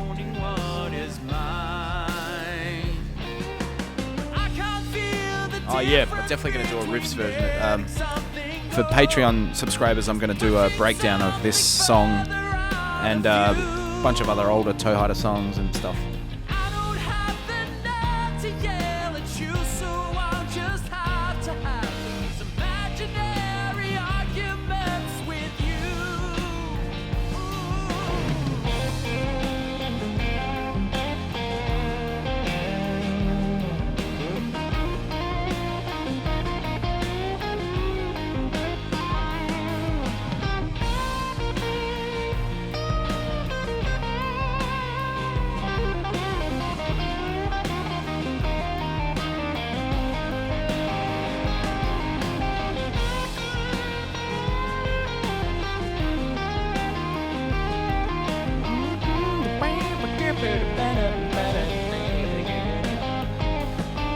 Ah! That sounded like a mistake.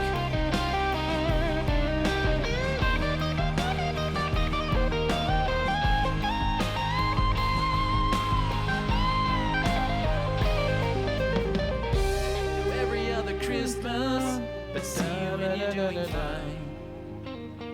But it reminds me of an ominous landscape, and that wasn't supposed to be a landscape. So. Then I feel guilty. G'day, Adam. Adam, the best way to buy all this art, it's not technically... Yeah, you can't buy it traditionally, I suppose. I'm doing a thing on patreon.com where you can get access to all this stuff.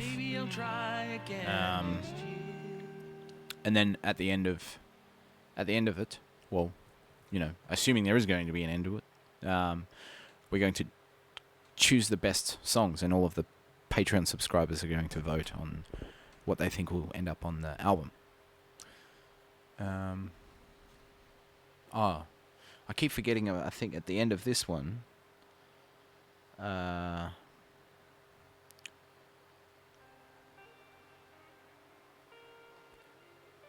a very soft guitar part at the end.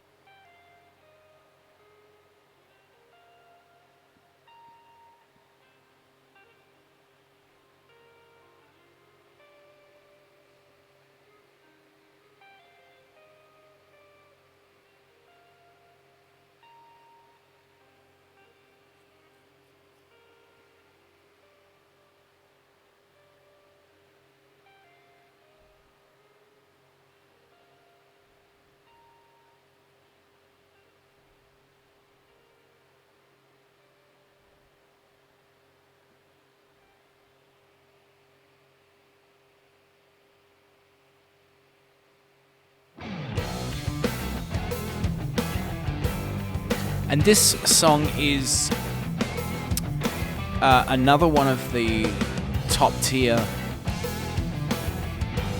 $80 subscriber songs. His idea was he wanted a song about a road, an Australian road. So this is based on a road that sort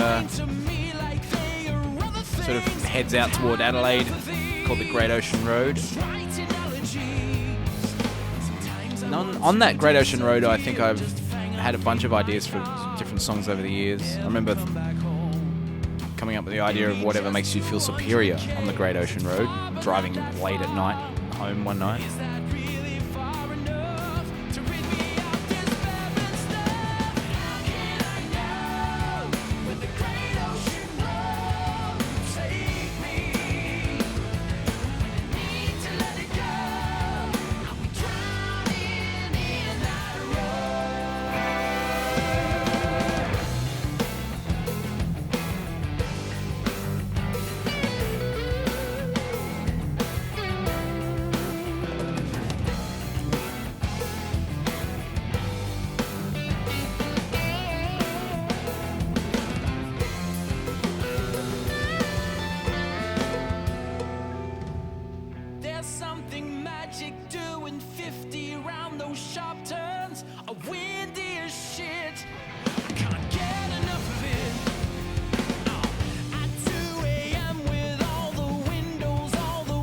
There's that White Wriggler guy again from Robo Story just behind that rock.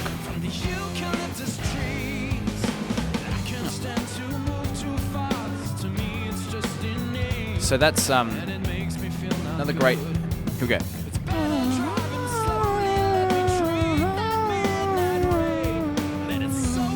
In the background of there I was referencing Holiday Road.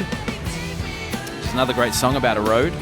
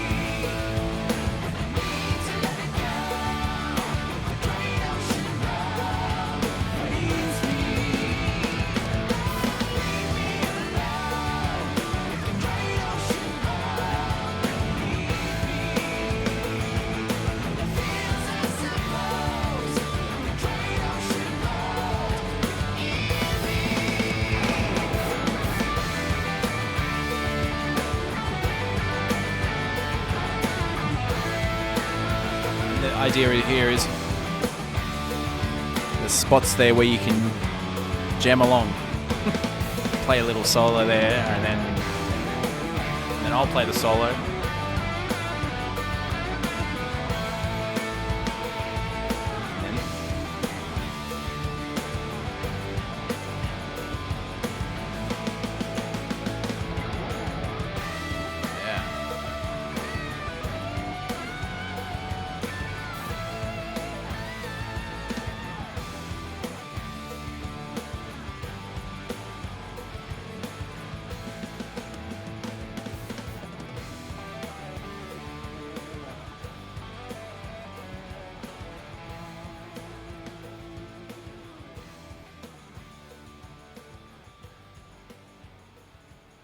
Cool.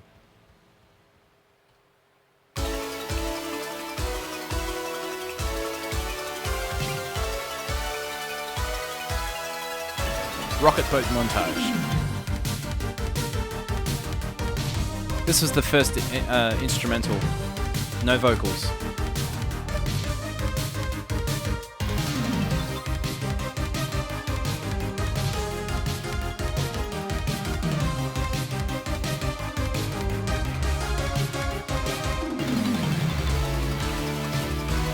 So this is heavily influenced by Vince DiCola, who wrote the Transformers soundtrack and Rocky IV, the Rocky IV soundtrack as well.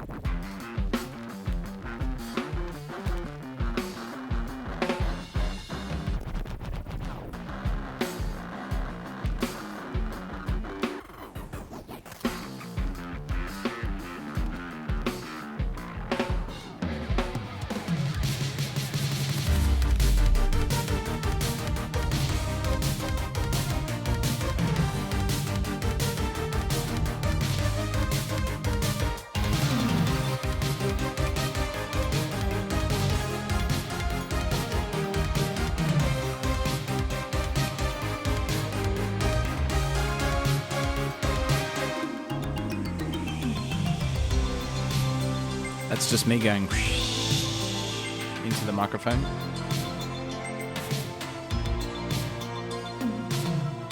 I think I overdid it with the toms. What are you gonna do?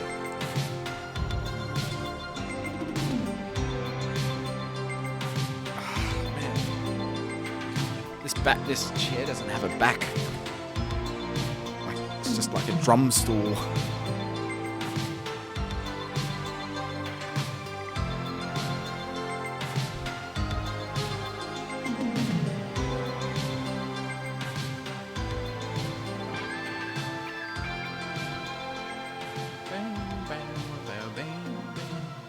So yeah, Vince DiCola, very big influence on that sound, and who in turn was very heavily influenced by Emerson, Lake and Palmer. You see, it's all related.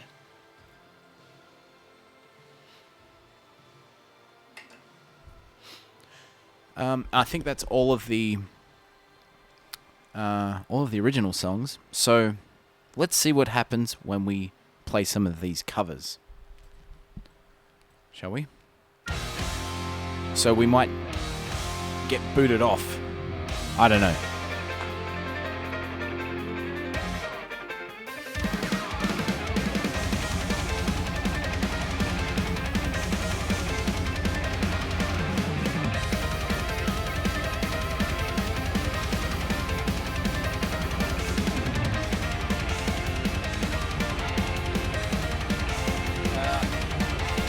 Rocky 4, Part 5, Part 2. Yes, I stuffed up the labeling of that song. I'm going to get back and try to fix that.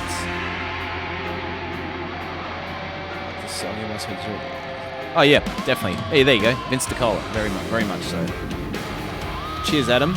They sit low enough in the mix. I think it must be talking about the toms.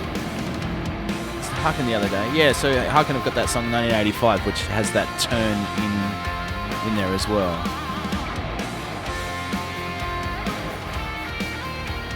Set your controls for the heart of the sun.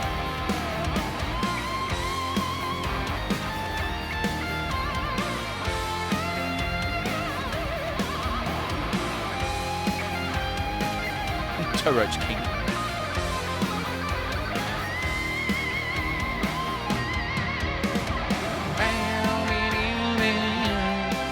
So this song,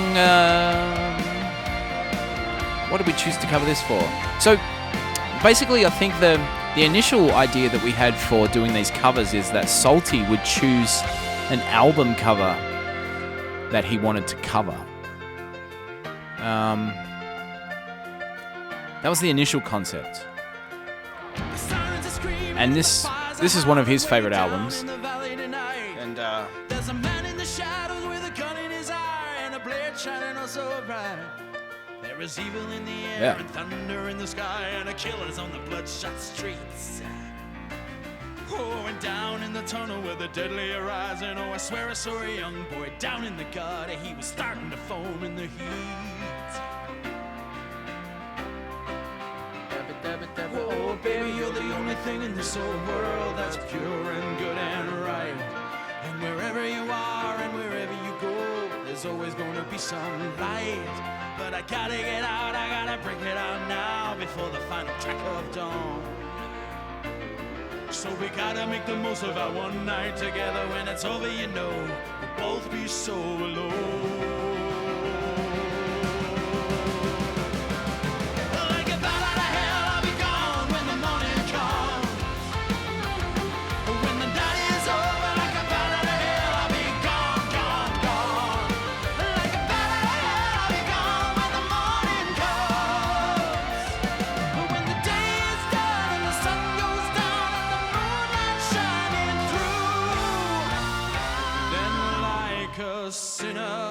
Before the gates of heaven, I'll come crawling on back to you. I'm gonna hit the highway like a battering ram on a silver black phantom bike. When the metal is hot and the engine is hungry and we're all about to see the light. Nothing ever grows in this rotten old hole and everything is stunted and lost. And nothing really rocks and nothing really rolls and nothing's ever worth the cost. And I know if I'm damned if I ever get out, and maybe I'm damned if I do. With every other beat I got left in my heart. Oh, okay. Salty, I do think this album is good, but I got a feeling there's some songs on it that I don't really like. Well, I gotta be damned, you know I wanna be damned. Gotta be damned, you know I wanna be damned. Gotta be damned, you know I wanna be damned. Dancing through the night, dancing through the night, dancing through the night with you.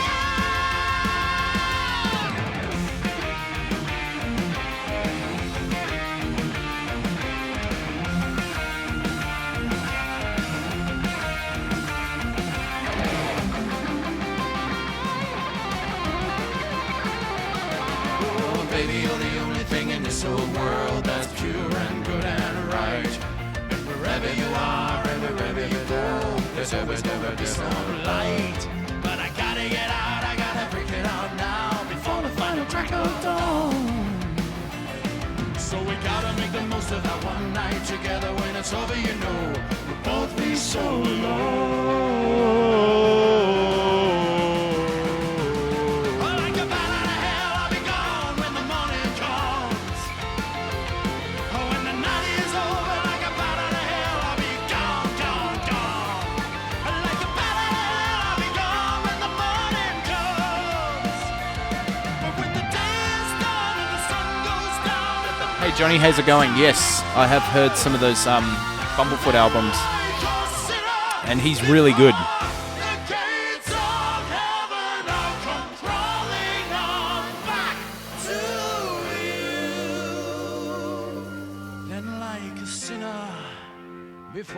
This song goes for a long time. My back is getting sore. How many covers did I do? Did we do like 10?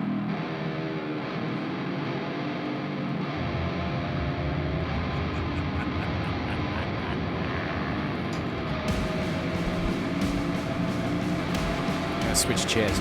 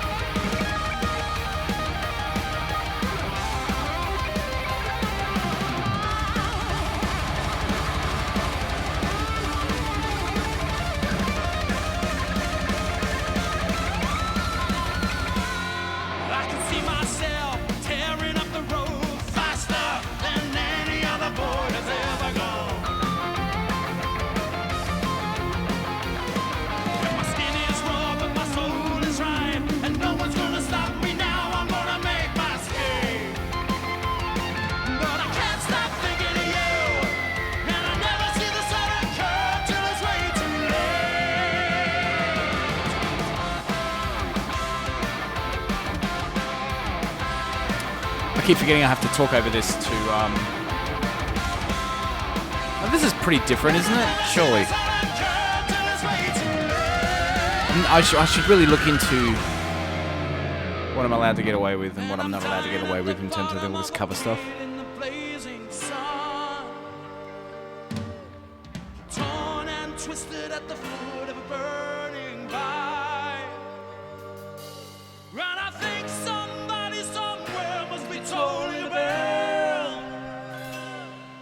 And the last thing I see is my heart still beating, breaking out of my body and flying away like a bat out of hell.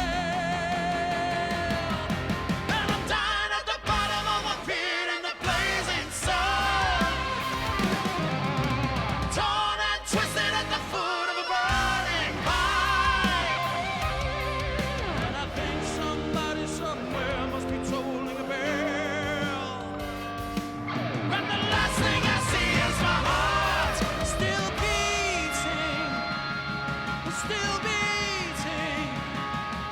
breaking out of my body and flying away like a bat out of hell, like a bat out of hell, like a bat out of hell, oh, like a bat out of hell,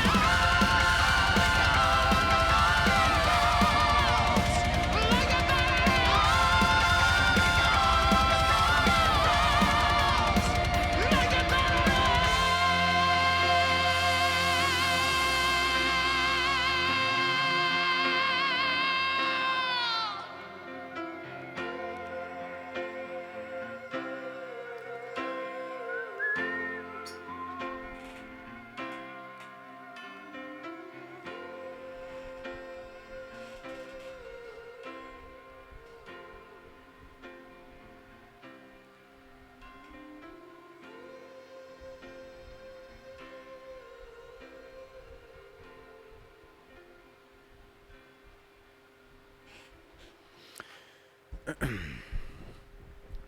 And that was Toehider with their cover of the classic Meatloaf song, Bat Out of Hell. You're on... Here's my story.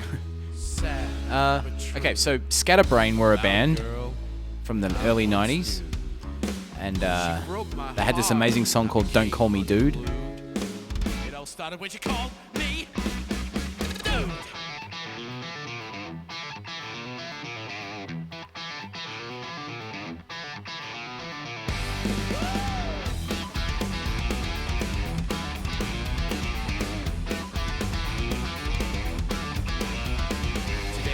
This was a huge hit in Australia, but I don't know, I can't remember. I don't think it did much anywhere else for some reason. Jury said that I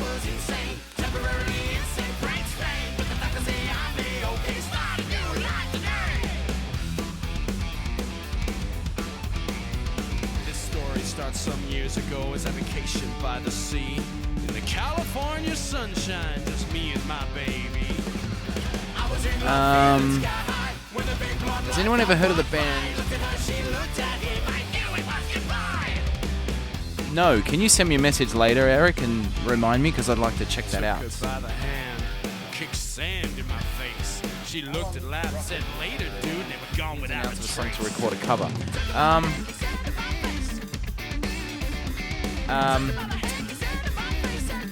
It depends.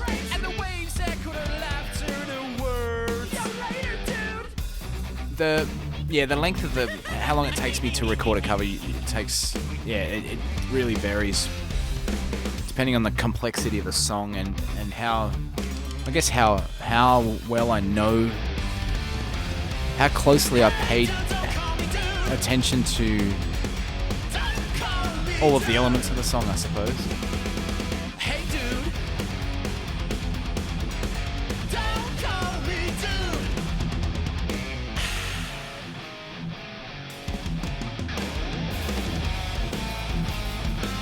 So, fun fact, maybe people won't be interested in this, but I found it very interesting. The guy that originally did this cover, the Scatterbrain album, Here Comes Trouble, was the same guy that did Guns N' Roses' Appetite for Destruction, but not the cross with the skulls on it, but the cover that got banned, I suppose. The cover where there's that massive robot doing something and there's that woman on the ground and all these little robots scattered all over the road. Same artist, I can't, his name escapes me, but really detailed and really messed up stuff that he does. Step by step by inch by inch by step by step by inch by inch. Step by step. Step by step by step by step by step by step by step by step. Okay, this microphone is a Shure SM7B. This was, I think, originally a radio broadcasting mic. Then an obscure artist by the name of Michael Jackson used it to record the vocals for Thriller. And then subsequently, a bunch of other people with, I don't know, no, maybe not necessarily high voices. It's just, it seems to complement. I don't know what I'm saying. I'm starting to zone out. It's 3:45 a.m. here in Australia. Yeah, Rick Rubin. All of Rick Rubin's productions, he always makes his singers use these SM7Bs. The reason I got onto it was the Mars Volta used this microphone into a 1073 preamp. Very cool microphone, it's very robust. Dropped this one a couple of times. Yeah. He stamped my pass and he said, "Yo later, dude." Yo later, dude. Dude. No.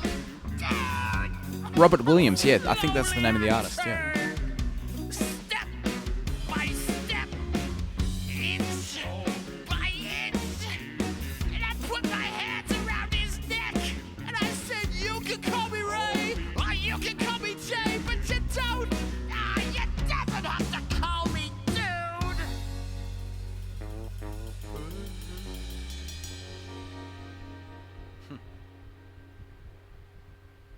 What's next? What's next? Ah, so another track from this album. It's called "I'm Not Going Down with the Ship." Sailing on a big ship.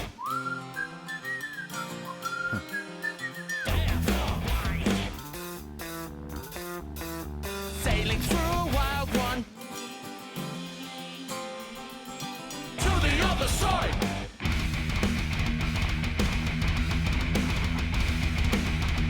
I'm not going down with the ship. Nope. I ain't going. Catch you, David. With the ship. Do I normally start this late? No, I do not.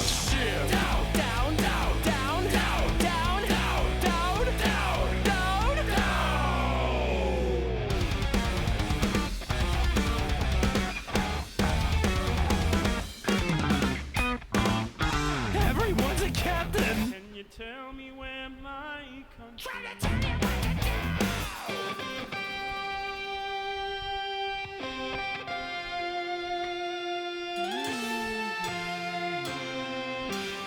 I want to do what's right for me. For me, not you. I'm not going down with the ship. I'm not going down with the ship. Down, no, no way. Nine, not down.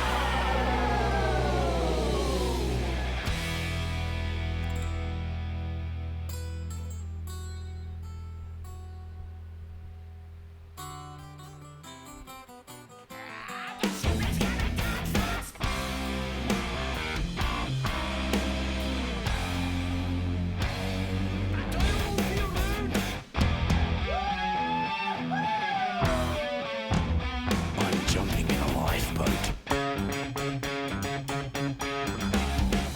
Heading for dry ground. I'm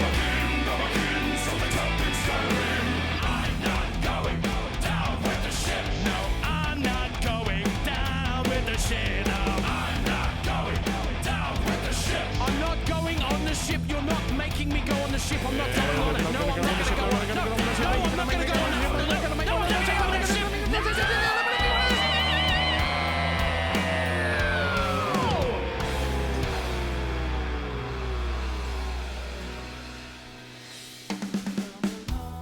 Oh, yeah. Shh. Okay, good. Wow.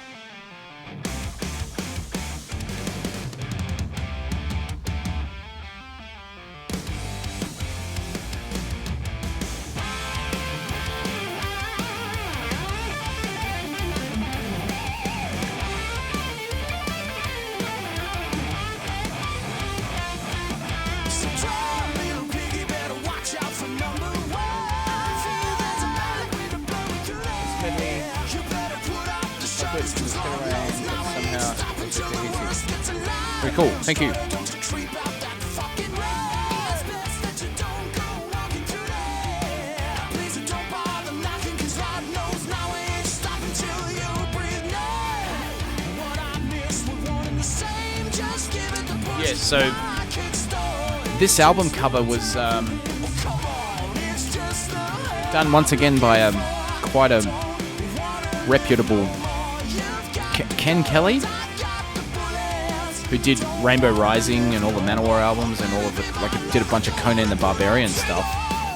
And he did this cover, and it just did not have that level of mastery behind it. It's a very strange cover.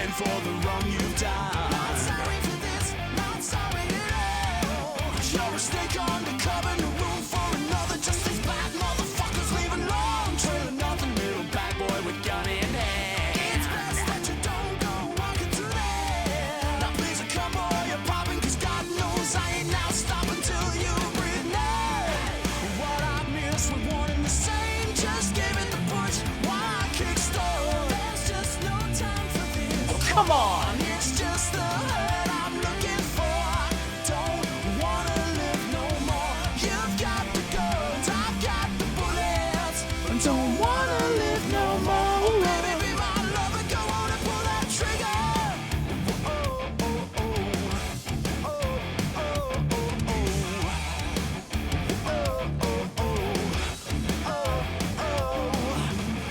Let's float out the next time.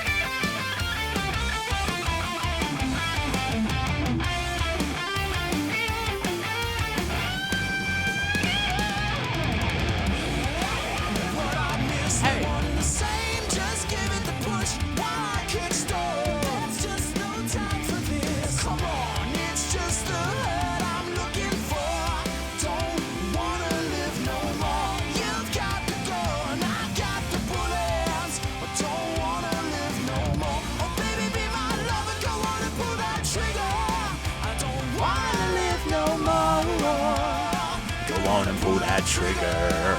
Don't wanna live no more. Be my lover, come on, pull that trigger. Bum, bum, bum, bum. Huh. And what's next? Ah.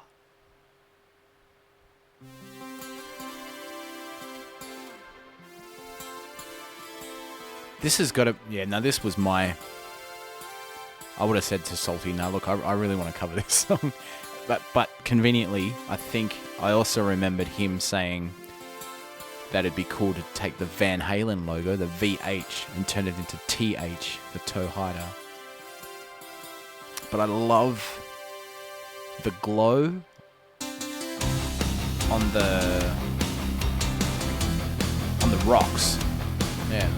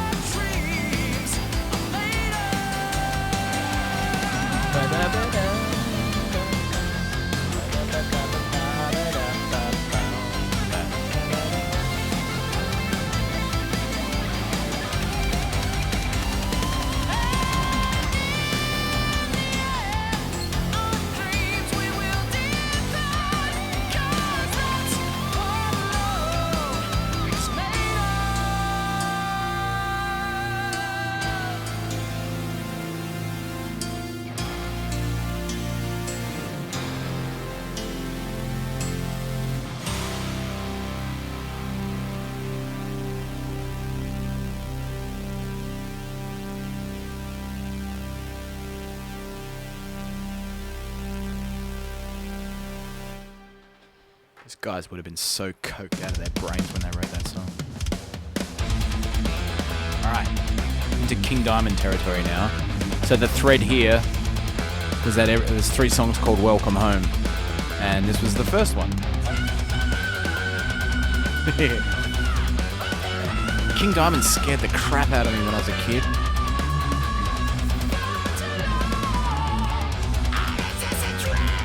I don't like that. I can't do that voice that he does. Let me help you out of the chair. Grandma. Let me touch you. Let me feel.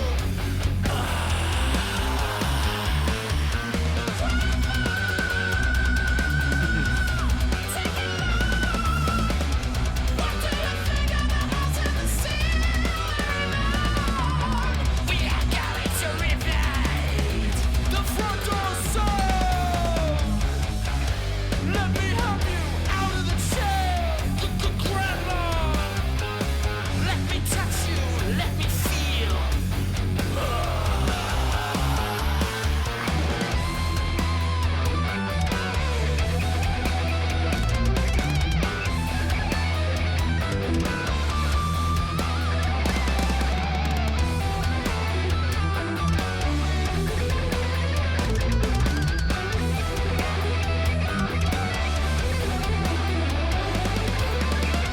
Wait till you see your room up in the attic.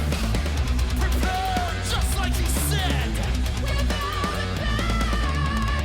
Didn't Gene Simmons try to take King Diamond to court over his makeup? Let me help you out of the chair, Grandma. There is someone waiting for you now. Come along, come along. What does that remind me of, that riff?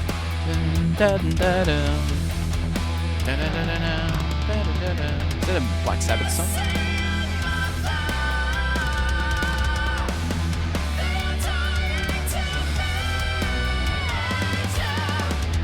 How strange! She's spoken not a word. I wonder, Grandma, are you alright?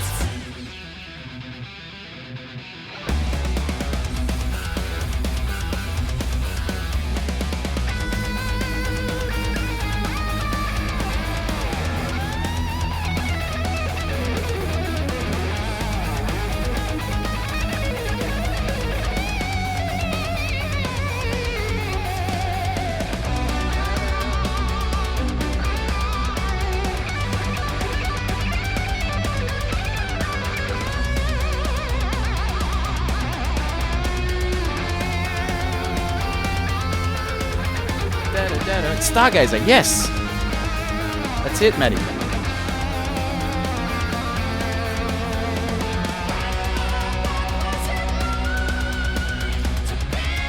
Yeah, we did a run of t-shirts just with that King Diamond Toehider logo on it.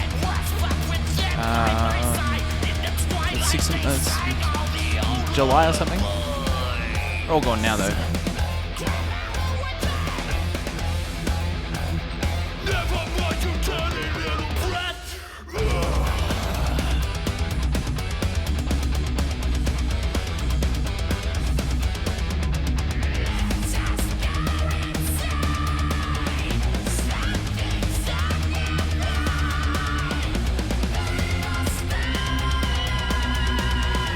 Can you feel their roars? Can you feel their eyes? Now that you are stuck with me, you gotta be my friend. Yeah. That album's actually really good. So what was the progression here? Oh, the lights went out, except for the top room. And we see the 4 here, which is the Coheed. And we see the Toehider and Camhider logo again.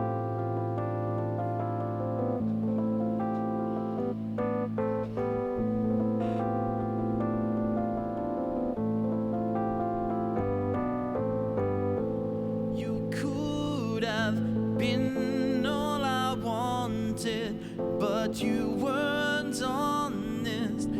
get in the ground. You choked off the surest of favors, but if you really loved me, you would have endured my world. You're just as I presumed, a whore in sheep's clothing, fucking up all I do. And if it's here we stop, never again. You see this in your life. Hang on to the glory at my right hand. Here laid to rest is our love ever long, with truth on the shores of compassion. You seem to make premise to all. Take care, Julian. You stormed off to scar the martyr, like Jesus played leper. Oh yeah, good luck with your dog, David. I saw it. Yeah, I saw a horrible clip on YouTube or somewhere on Facebook or something where this poor dog was like absolutely terrified of the fireworks. As you sleep, if you could just write me out to a neverless wonder. Took a drive a second ago, or a couple of hours ago now, I guess. And there was like kids just out on the streets blasting fireworks and stuff as the new year came in, and I just couldn't help but think of those poor dogs. Hang on to the glory at my right hand. Here laid to rest is our love ever long, with truth on the shores of compassion. You seem to take premise to all these songs. One last kiss for you, one more wish to you. Please make up your mind, girl. I'd do anything for you. One last kiss for you, one more wish to you. Please make up your mind, girl, before I hope you die.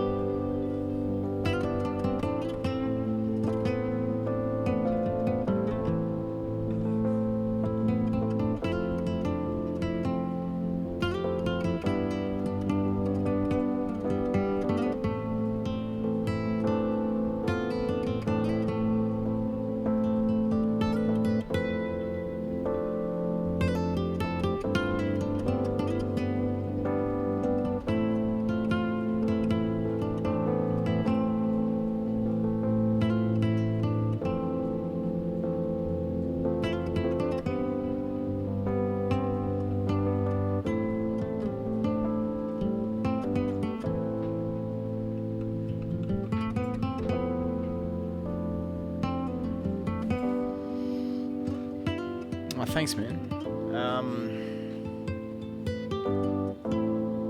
Yeah, I'm not super confident in playing with the fingerstyle kind of classical nylon string style.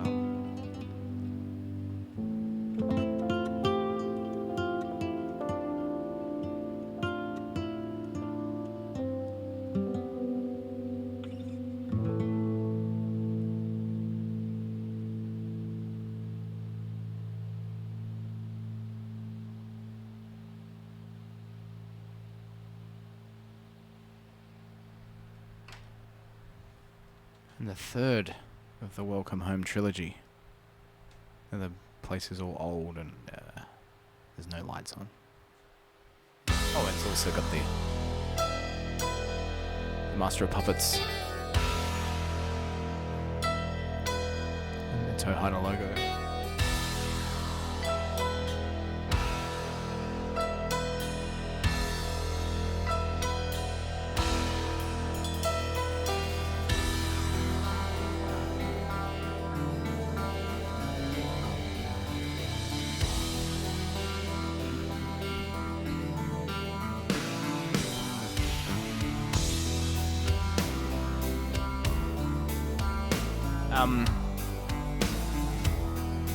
Both are good.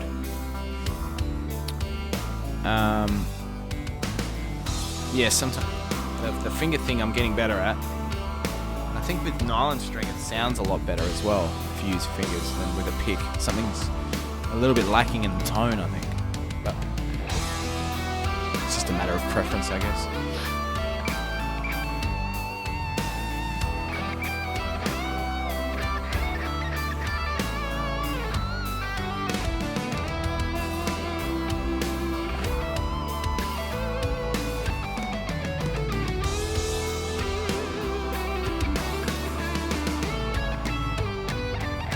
Welcome to a time standstill. No one leaves and no one will.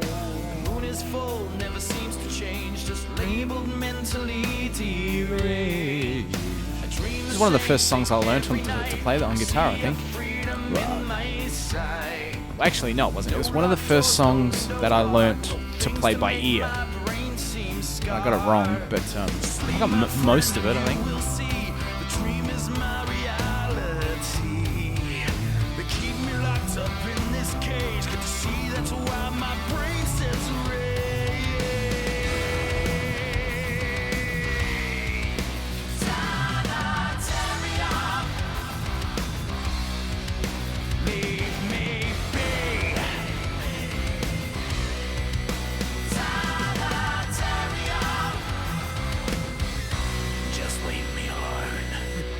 Just bloody leave me alone, alright?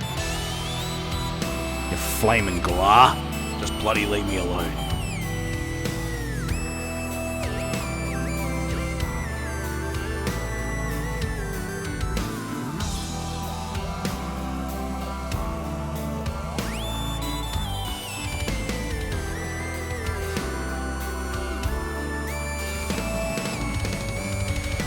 Build my fear of what's out there. Cannot breathe the open air. Whisper things into my brain, assuring me that I'm insane. They think our heads are in their hands, but violent use brings violent plans. Keep him tired, it makes him well. He's getting better, can't you tell? No more can to keep us in. Listen, damn it, we will win. They see it right, they see it well, but they think this saves us from our head.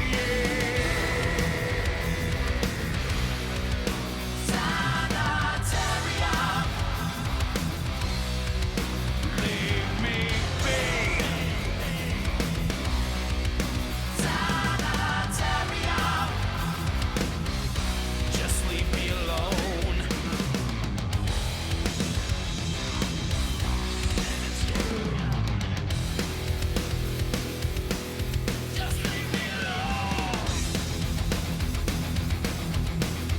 I think I got this riff wrong.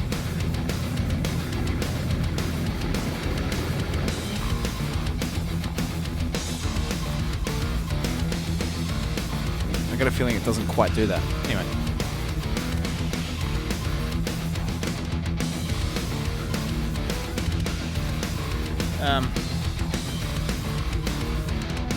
Yes. That was my first real favourite Metallica track. Yeah, mine too. This is actually my all-time favourite Metallica song. Hands down. No question. Thanks, Hoofy. Ever since from the beginning. Yeah, totally. Yeah, absolutely. Just that mode kind of sound. Yeah, for sure.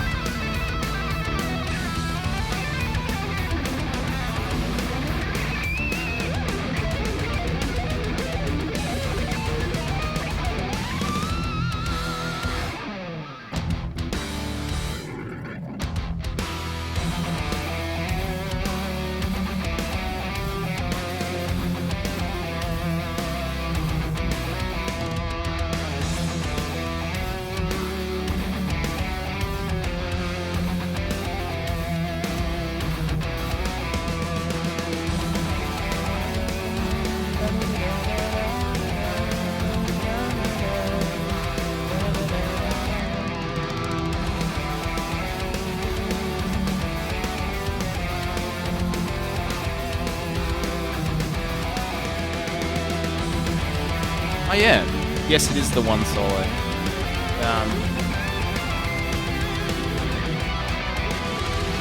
But yeah, the Master of Puppets solo would also have been good there. Oh, sorry. Yeah, Master of Puppets and Sanitarium are tied for my favourite Metallica songs. Just this album in general. It's actually the only Metallica album I really... Because, you know, Metallica are kind of like... What? It's very obvious that this is a band who knows how to sell their band. But, you know, so it's kind of like... I was always a bit confused as to how they became the biggest band in the world, but Master of Puppets and Black Album, I suppose, kind of relaxed my stance on Metallica over the years. I think when I was in high school, it just felt like everybody was a huge Metallica fan, so being the contrary individual that I am, I was like, yeah, they're not that good. But nah, they're pretty cool. Oh, so we're up to this one already. Are we? Yeah.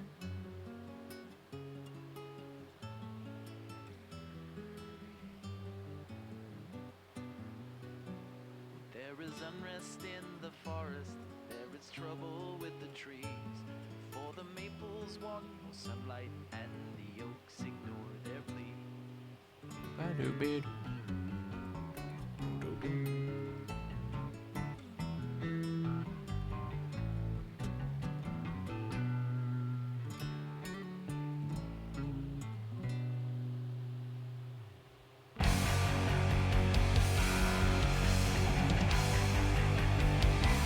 This is also my favourite Rush album. Well, Farewell to King. Wait, just that whole period: 2112, Farewell to Kings, Hemispheres, Moving Pictures. What's the other one I'm forgetting? You know the one. But the three Space albums are the best ones for me. Permanent Waves.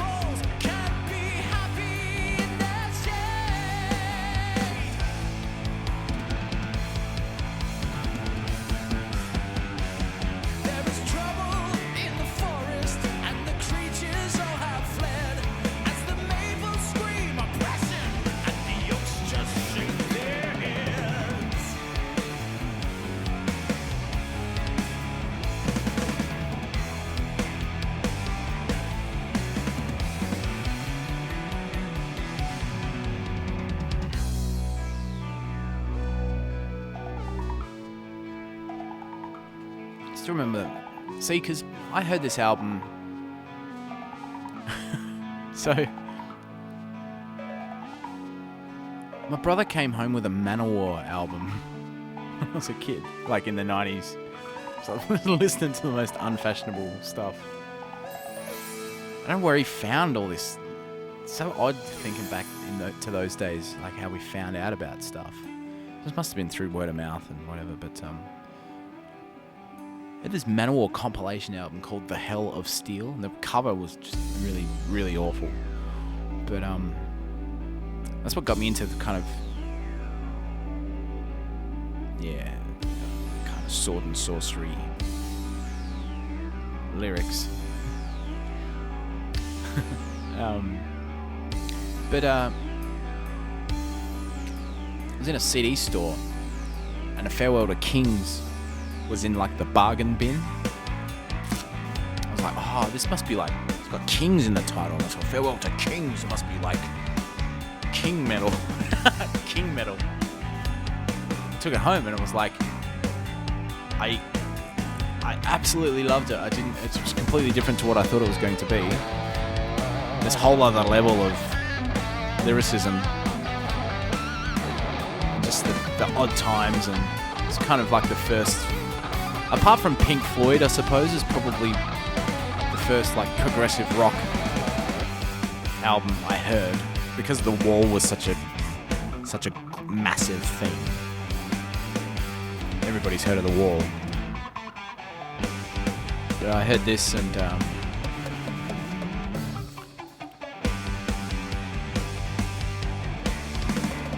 it blew me away.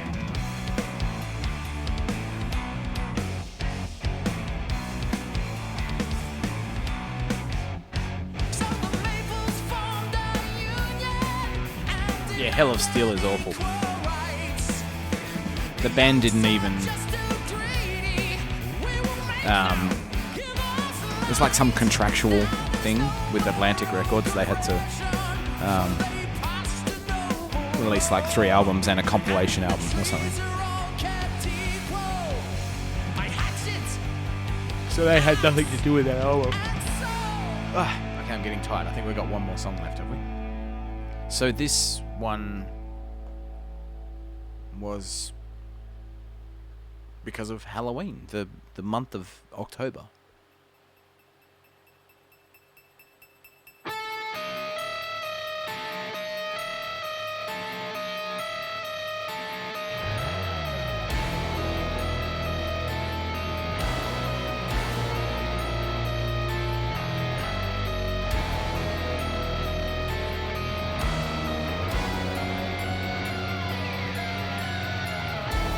Oh man, so jealous you got to see Rush. So when...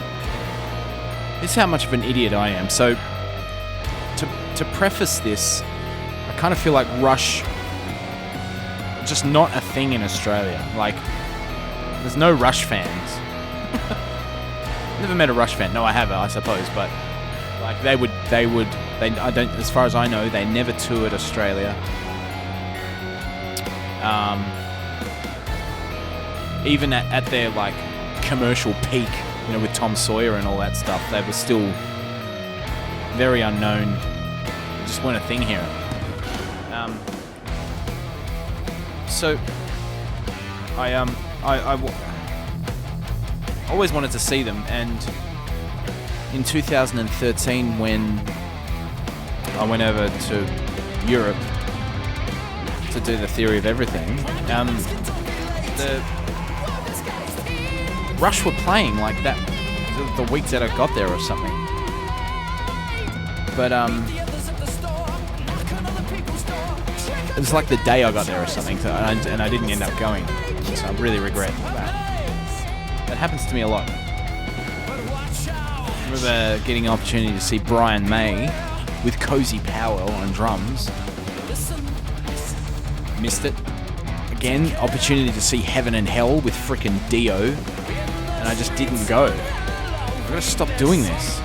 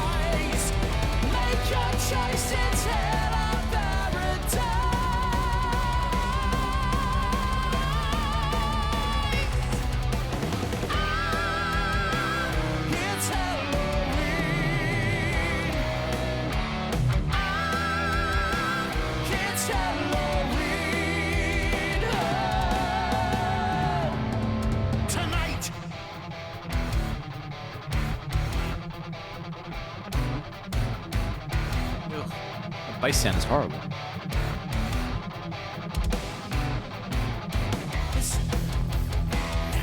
Yeah, this is the last song. Yep.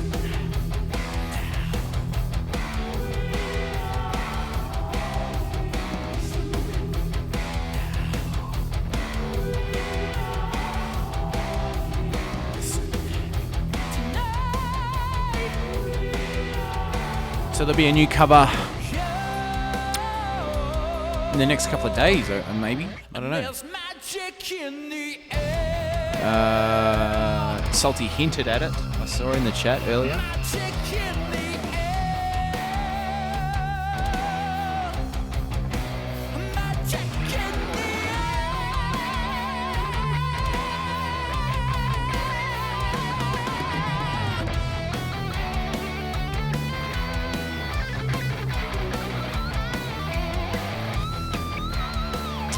The difference between original songs and custom-made songs.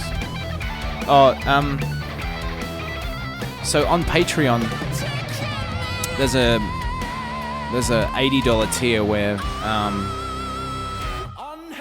people can basically tell me what kind of song they want.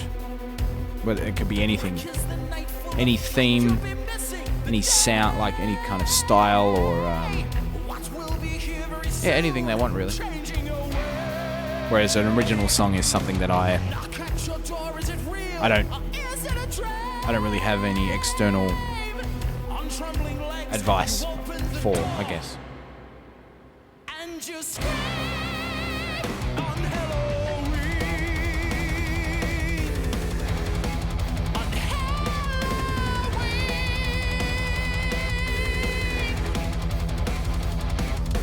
Absolute pleasure, guys. Tried hiding it. That's good advice. Maybe you should try hiding those toes. Thanks, Hoofy. Hoofy or Hoofy? That was a controversial performance.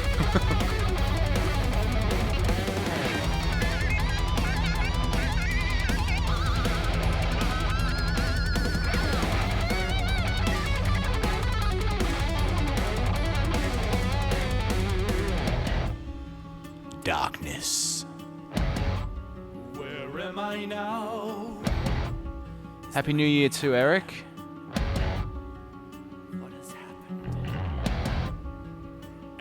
Thanks very much. I'm glad you're enjoying it. Let's see what comes out in 2019.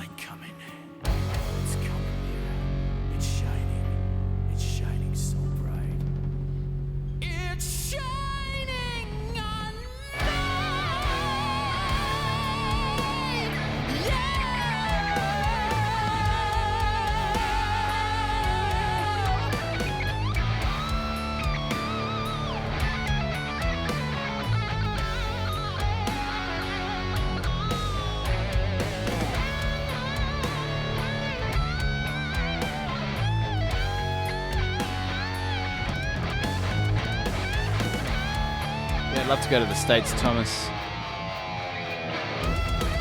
It's just so expensive to get anywhere from Australia. It's insane.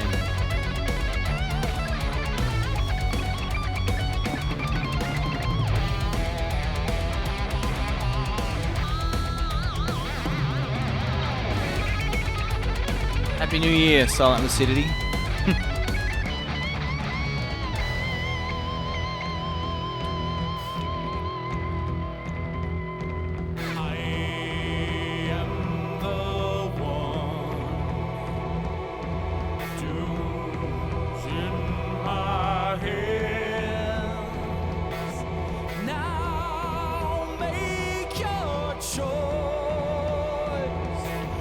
An absolute pleasure, Darklix.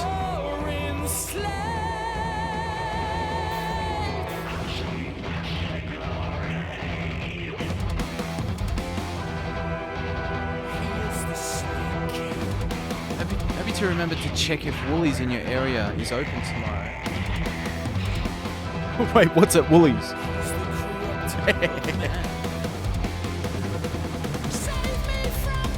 An absolute pleasure, Matea. Thanks for hanging out and thanks for getting on board, and it's been fun. Sorry I'm starting to vague out. It's like 4:30 a.m. here. Cheers, Andre.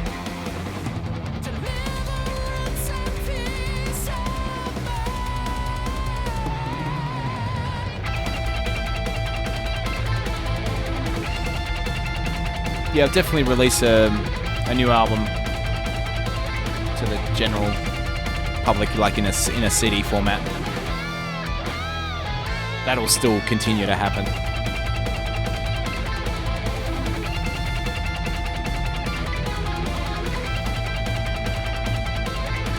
I didn't ask what Woolies was, I just asked what's happening at Woolies.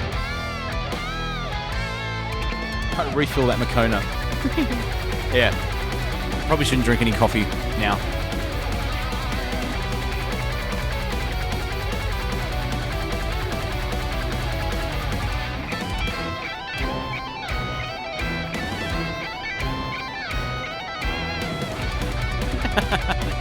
Yes. I have a banana. I'm gonna eat this banana.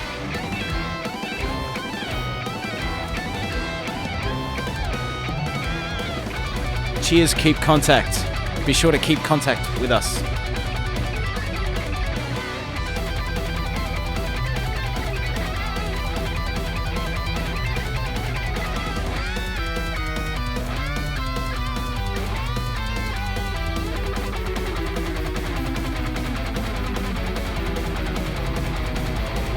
Thanks, Yvette.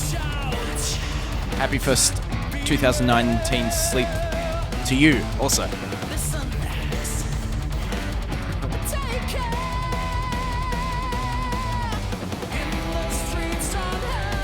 Ink Drink. Write that down. That could be the title of a new song.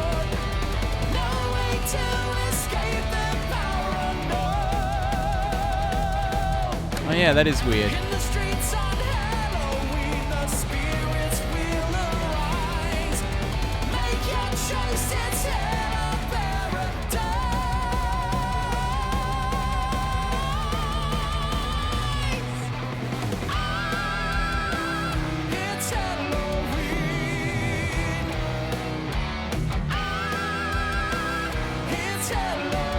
Thanks, Rini Ruckus.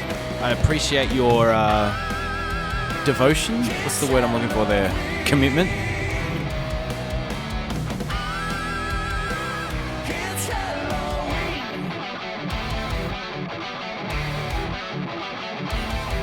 Yes, please, Eric. Please put that stuff on that Spotify playlist if you can find a link to it.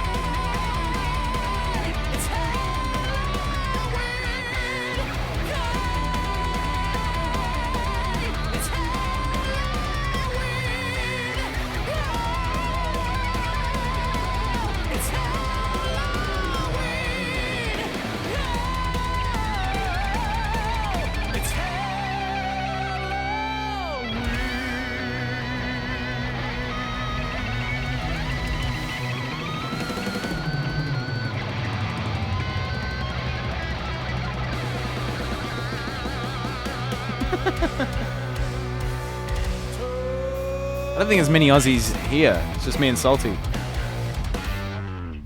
The end.